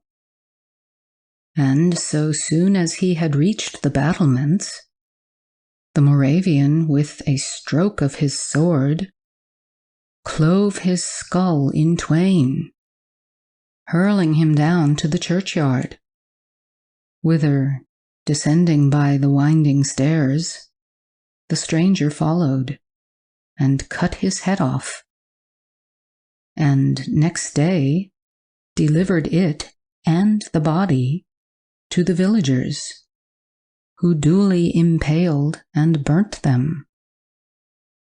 This Moravian nobleman had authority from the then head of the family to remove the tomb of Mircalla, Countess Karnstein, which he did effectually, so that in a little while its site was quite forgotten. "Can you point out where it stood?" asked the general eagerly. The forester shook his head and smiled. "Not a soul living could tell you that now," he said. "Besides, they say her body was removed, but no one is sure of that either." Having thus spoken, as time pressed, he dropped his axe and departed, leaving us to hear the remainder of the general's strange story. End of Chapter 13. Chapter 14. The Meeting. "My beloved child," he resumed, "was now growing rapidly worse. The physician who attended her had failed to produce the slightest impression on her disease, for such I then supposed it to be. He saw my alarm and suggested a consultation. I called in an abler physician from Gotz. Several days elapsed before he arrived. He was a good and pious, as well as a learned man. Having seen my poor ward together, they withdrew to my library to confer and discuss. I, from the adjoining room where I awaited their summons, heard these two gentlemen's voices raised in something sharper than a strictly philosophical discussion. I knocked at the door and entered. I found the old physician from Gotz maintaining his theory. His rival was combating it with undisguised ridicule, accompanied with bursts of laughter. This unseemly manifestation subsided, and the altercation ended on my entrance. "Sir," said my first physician, "my learned brother seems to think that you want a conjurer and not a doctor." "Pardon me," said the old physician from Gotz, looking displeased. "I shall state my own view of the case, in my own way, another time. I grieve, Monsieur le Général, that by my skill and science I can be of no use. Before I go, I shall do myself the honor to suggest something to you." He seemed thoughtful and sat down at a table and began to write. Profoundly disappointed, I made my bow, and as I turned to go, the other doctor pointed over his shoulder to his companion who was writing, and then, with a shrug, significantly touched his forehead. This consultation, then, left me precisely where I was. I walked out into the grounds, all but distracted. The doctor from Graz, in 10 or 15 minutes, overtook me. He apologized for having followed me, but said that he could not conscientiously take his leave without a few words more. He told me that he could not be mistaken. No natural disease exhibited the same symptoms, and that death was already very near. There remained, however, a day or possibly 2 of life. If the fatal seizure were at once arrested with great care and skill, her strength might possibly return. But all hung now upon the confines of the irrevocable. One more assault might extinguish the last spark of vitality, which is every moment ready to die.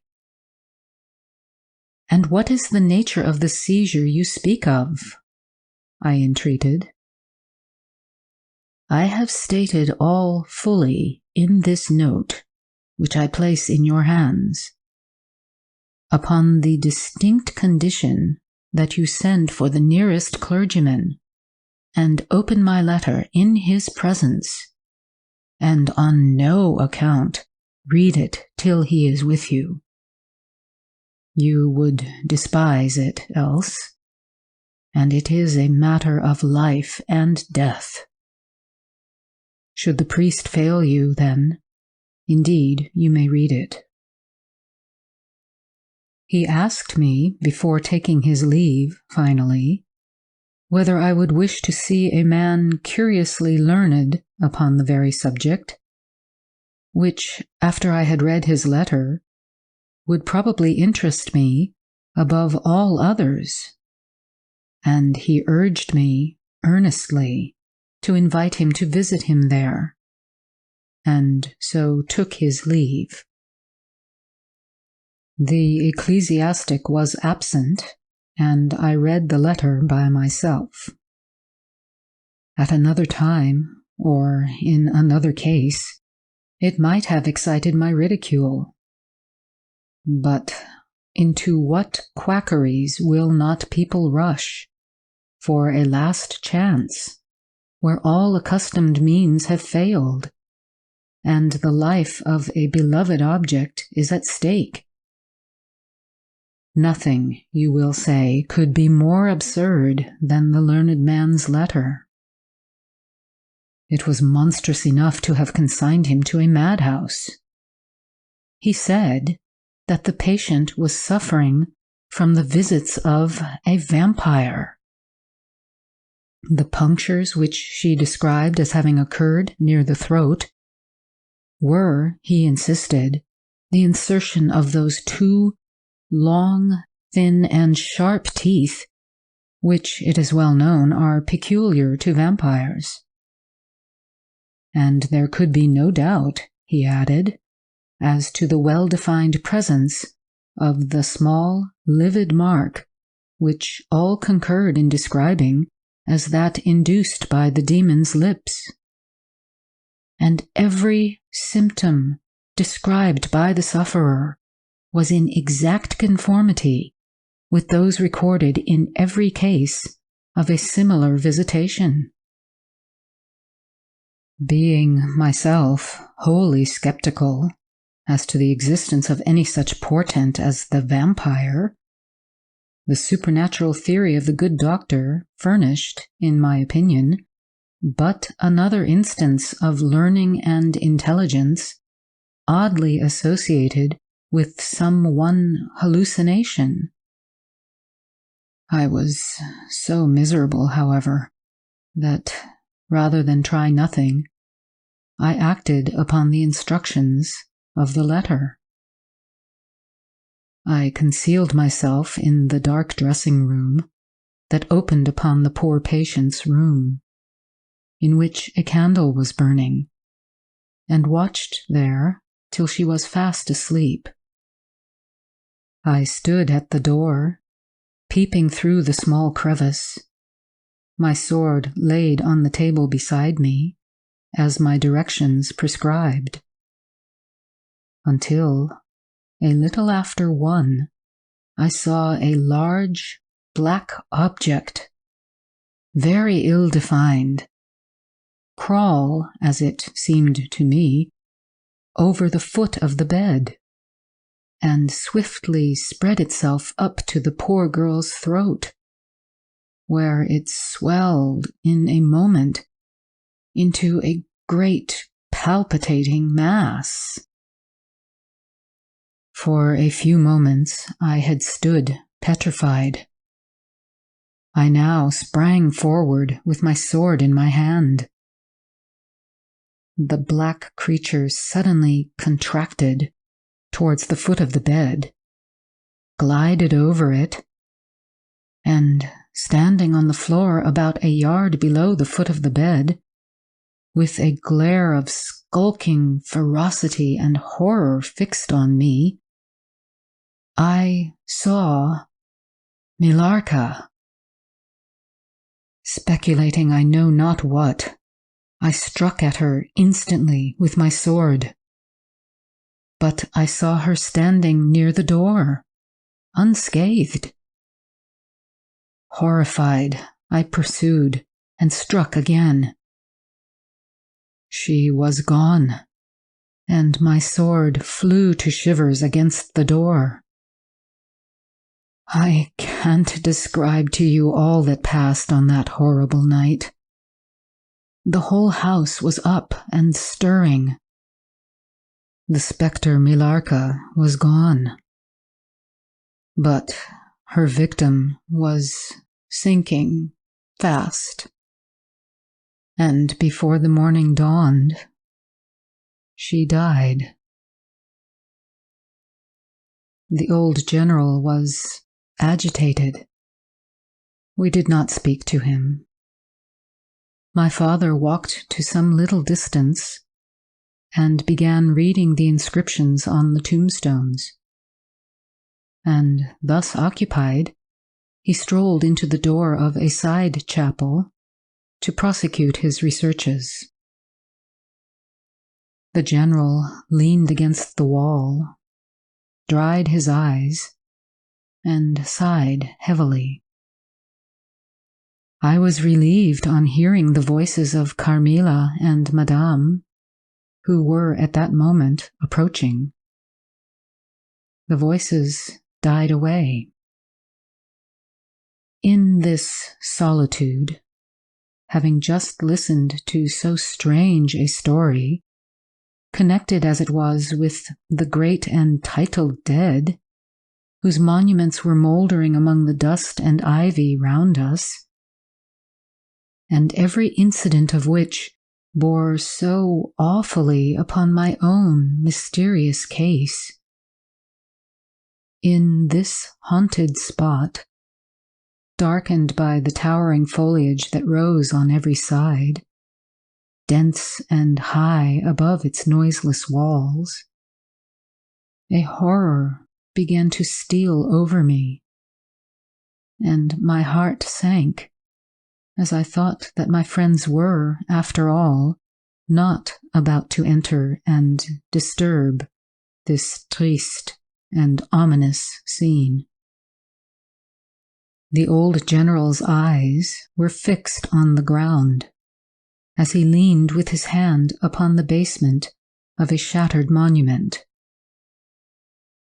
Under a narrow, arched doorway surmounted by one of those demoniacal grotesques in which the cynical and ghastly fancy of old Gothic carving delights, I saw very gladly the beautiful face and figure of Carmilla enter the shadowy chapel.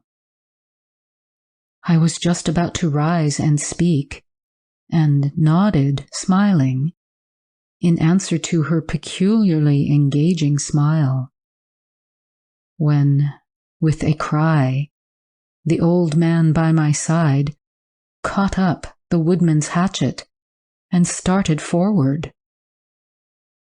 On seeing him, a brutalized change came over her features.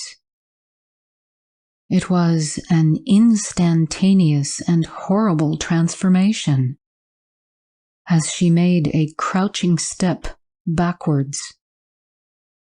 Before I could utter a scream, he struck at her with all his force. But she dived under his blow and, unscathed, caught him in her tiny grasp by the wrist. He struggled for a moment to release his arm, but his hand opened. The axe fell to the ground, and the girl was gone. He staggered against the wall. His gray hair stood upon his head, and a moisture shone over his face, as if he were at the point of death. The frightful scene had passed in a moment.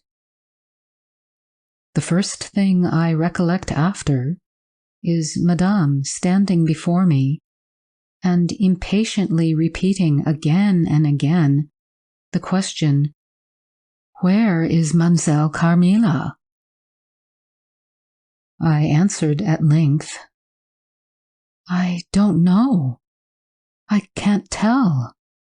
She went there." And I pointed to the door through which Madame had just entered, only a minute or two since.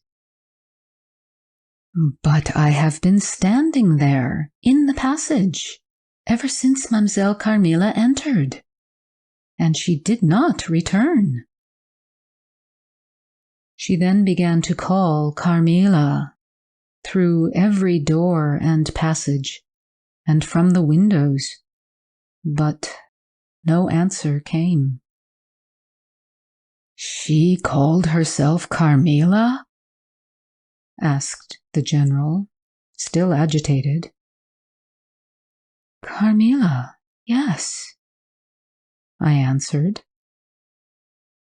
"Aye," he said, "that is Millarca. That is the same person who long ago was called Mircalla, Countess Karnstein. Depart from this accursed ground, my poor child, as quickly as you can. Drive to the clergyman's house and stay there till we come. Begone. May you never behold Carmilla more. You will not find her here." End of Chapter 14. Chapter 15. Ordeal and Execution. As he spoke, one of the strangest-looking men I ever beheld entered the chapel at the door through which Carmilla had made her entrance and her exit. He was tall, narrow-chested, stooping, with high shoulders, and dressed in black. His face was brown and dried in with deep furrows. He wore an oddly shaped hat with a broad leaf. His hair, long and grizzled, hung on his shoulders. He wore a pair of gold spectacles and walked slowly, with an odd, shambling gait, with his face sometimes turned up to the sky and sometimes bowed down towards the ground, seemed to wear a perpetual smile. His long, thin arms were swinging, and his lank hands, in old black gloves, ever so much too wide for them, waving and gesticulating in utter abstraction. "The very man!" exclaimed the general, advancing with manifest delight. "My dear Baron, how happy I am to see you! I had no hope of meeting you so soon." He signed to my father, who had by this time returned, and, leading the fantastic old gentleman, whom he called the Baron, to meet him, he introduced him formally, and they at once entered into earnest conversation. The stranger took a roll of paper from his pocket and spread it on the worn surface of a tomb that stood by.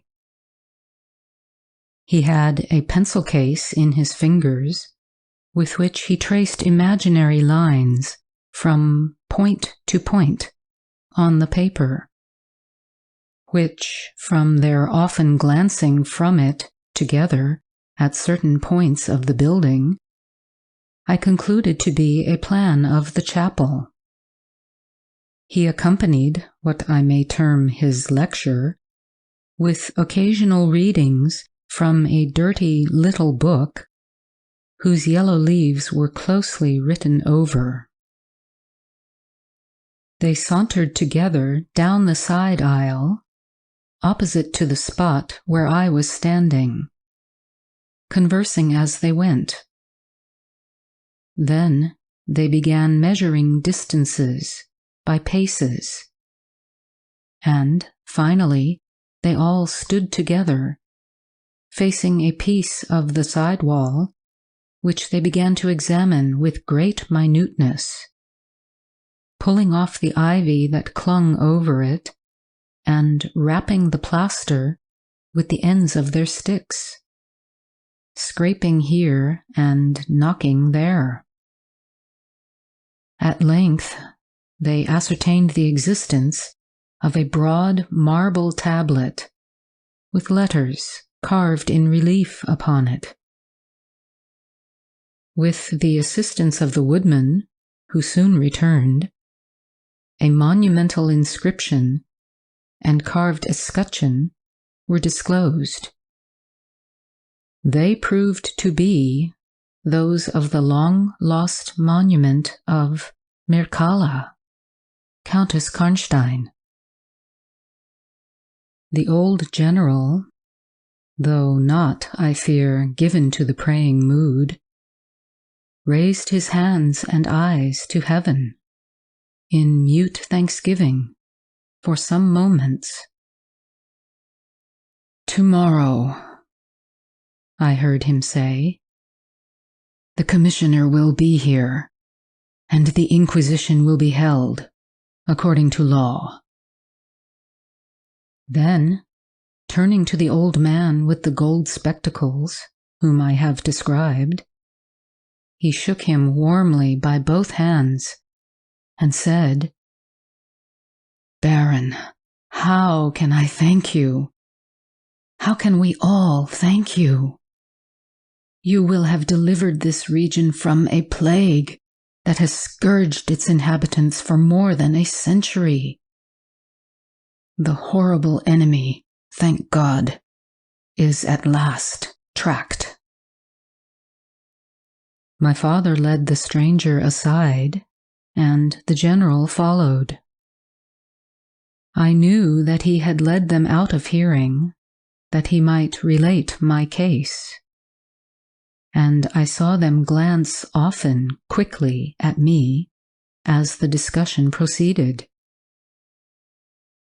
My father came to me, kissed me again and again, and leading me from the chapel, said, "It is time to return, but before we go home, we must add to our party the good priest, who lives but a little way from this, and persuade him to accompany us to the Schloss."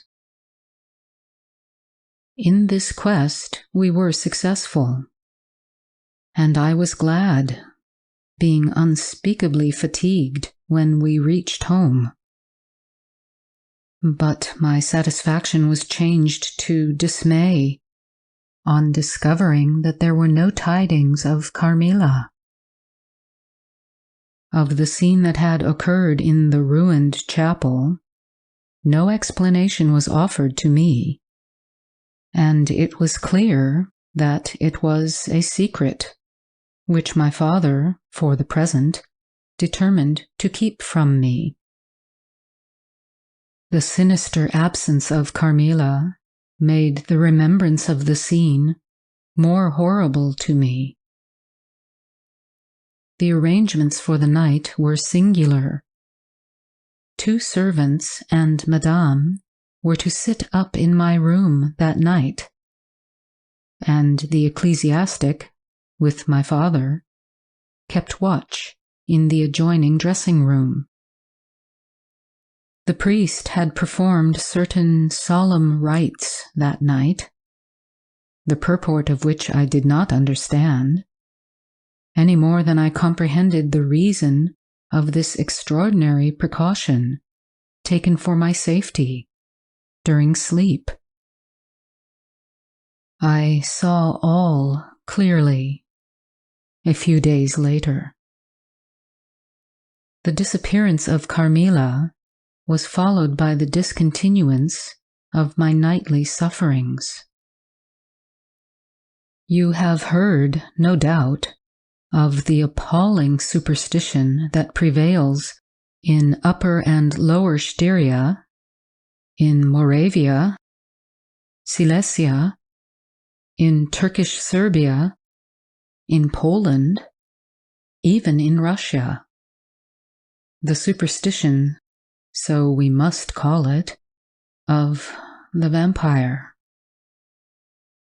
If human testimony, taken with every care and solemnity, judicially, before commissions innumerable, each consisting of many members, all chosen for integrity and intelligence, and constituting reports more voluminous perhaps than exist upon any one other class of cases, is worth anything, it is difficult to deny, or even to doubt, the existence of such a phenomenon as the vampire.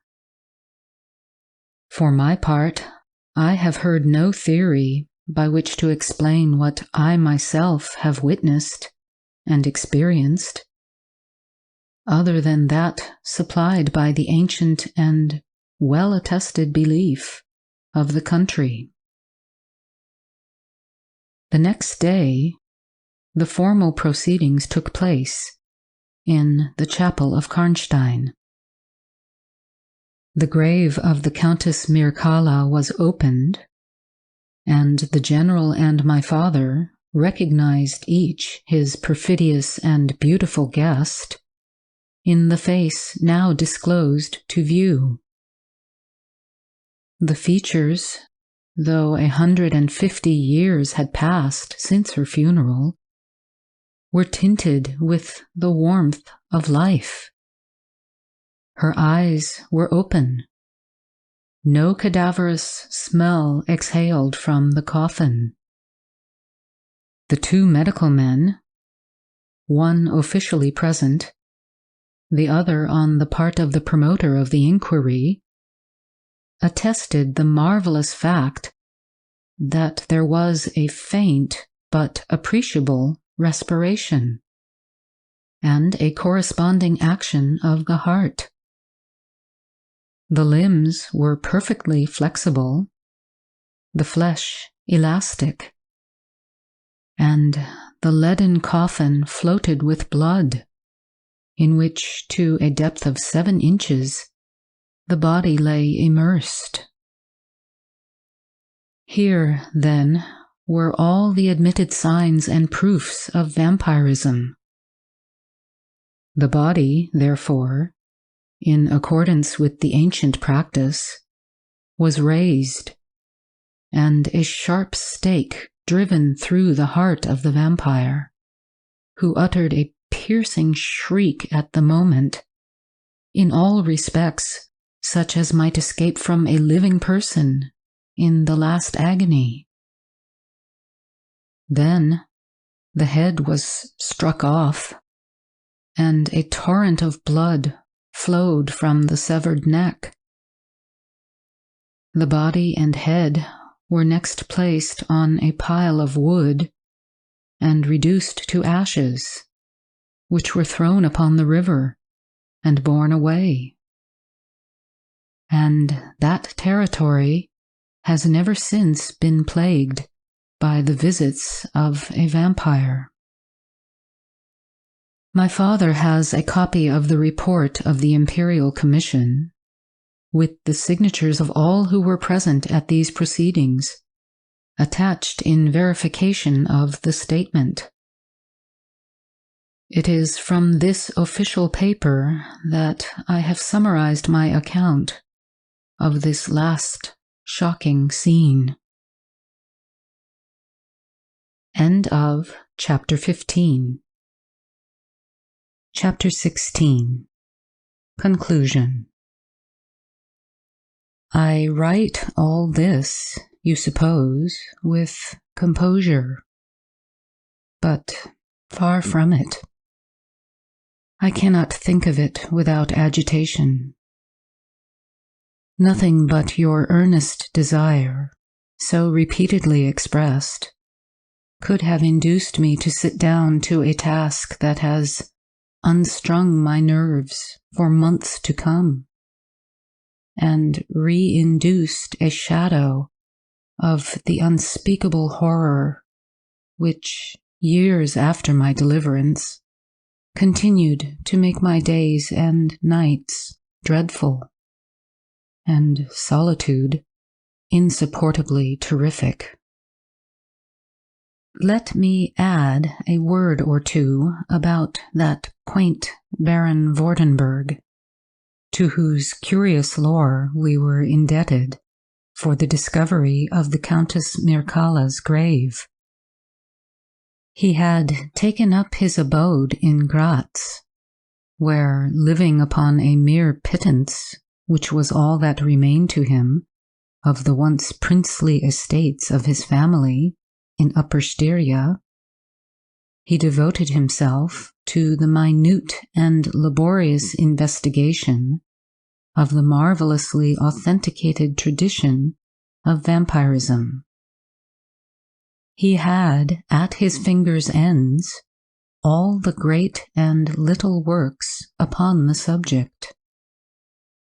Magia Postuma, Phlegon de Mirabilibus, Augustinus de Cura pro Mortuis, Philosophicae et Christianae Cogitationes de Vampires by John Christopher Herrenberg, and 1,000 others, among which I remember only a few of those which he lent to my father.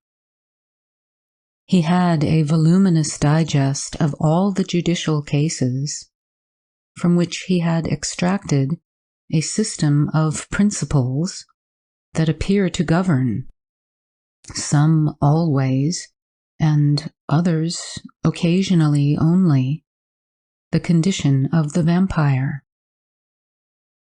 I may mention, in passing, that the deadly pallor attributed to that sort of revenants is a mere melodramatic fiction. They present in the grave, and when they show themselves in human society, the appearance of healthy life. When disclosed to light in their coffins, they exhibit all the symptoms that are enumerated as those which proved the vampire life of the long-dead Countess Karnstein.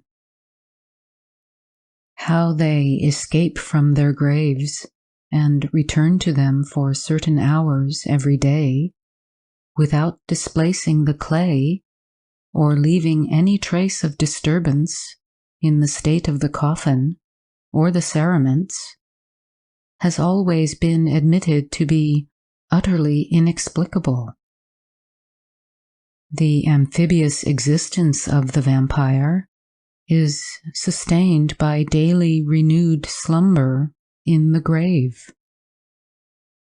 Its horrible lust for living blood supplies the vigor of its waking existence. The vampire is prone to be fascinated with an engrossing vehemence, resembling the passion of love, by particular persons. In pursuit of these, it will exercise inexhaustible patience and stratagem, for access to a particular object may be obstructed in 100 ways. It will never desist until it has satiated its passion and drained the very life of its coveted victim. But it will, in these cases, husband and protract its murderous enjoyment with the refinement of an epicure, and heighten it by the gradual approaches of an artful courtship. In these cases, it seems to yearn for something like sympathy and consent. In ordinary ones, it goes direct to its object, overpowers with violence, and strangles and exhausts, often at a single feast. The vampire is, apparently, subject in certain situations to special conditions. In the particular instance of which I have given you a relation, Mircalla seems to be limited to a name which, if not her real one, should at least reproduce, without the omission or addition of a single letter, those, as we say, anagrammatically, which compose it. Carmilla did this. So did Milarca.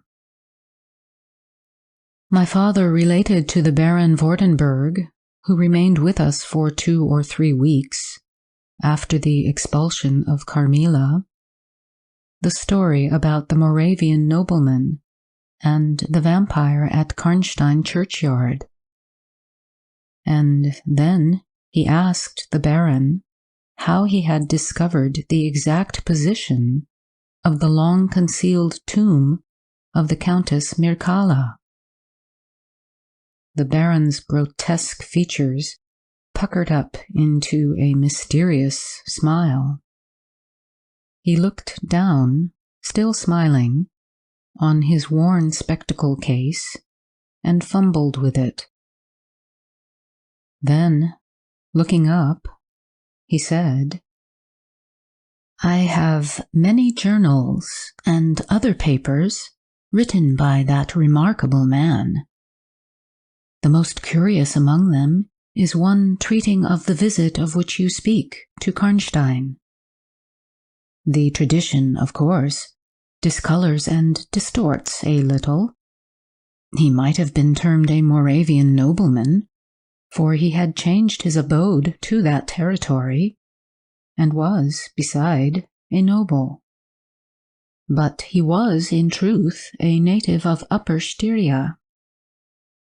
It is enough to say that in very early youth he had been a passionate and favored lover of the beautiful Mircalla, Countess Karnstein.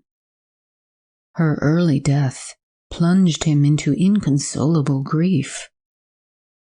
It is the nature of vampires to increase and multiply, but according to an ascertained and ghostly law. Assume, at starting, a territory perfectly free from that pest. How does it begin, and how does it multiply itself? I will tell you. A person, more or less wicked, puts an end to himself. A suicide, under certain circumstances, becomes a vampire. That spectre visits living people in their slumbers. They die, and almost invariably in the grave, develop into vampires. This happened in the case of the beautiful Mircalla, who was haunted by one of those demons. My ancestor, Vordenberg, whose title I still bear, soon discovered this, and in the course of the studies to which he devoted himself, learned a great deal more. Among other things, he concluded that suspicion of vampirism would probably fall, sooner or later, upon the dead countess, who in life had been his idol. He conceived a horror, be she what she might, of her remains being profaned by the outrage of a posthumous execution. He has left a curious paper to prove that the vampire, on its expulsion from its amphibious existence, is projected into a far more horrible life, and he resolved to save his once-beloved Mircalla from this. He adopted a stratagem of a journey here, a pretended removal of her remains, and a real obliteration of her monument. When age had stolen upon him, and from the veil of years he looked back on the scenes he was leaving, he considered in a different spirit what he had done, and a horror took possession of him. He made the tracings and notes which have guided me to the very spot, and drew up a confession of the deception that he had practiced.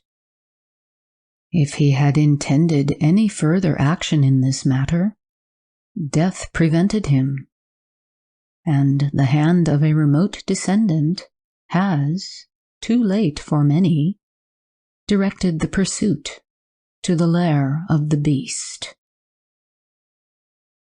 We talked a little more, and among other things he said was this. One sign of the vampire is the power of the hand. The slender hand of Mircalla closed like a vice of steel on the general's wrist when he raised the hatchet to strike. But its power is not confined to its grasp.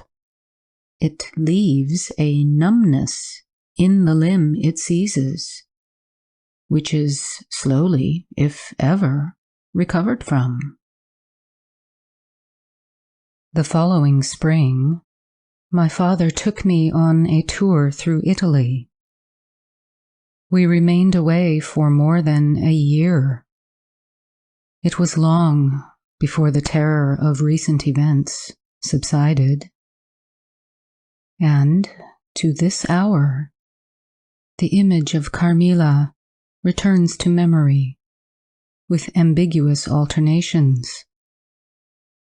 Sometimes the playful, languid, beautiful girl. Sometimes the writhing fiend I saw in the ruined church.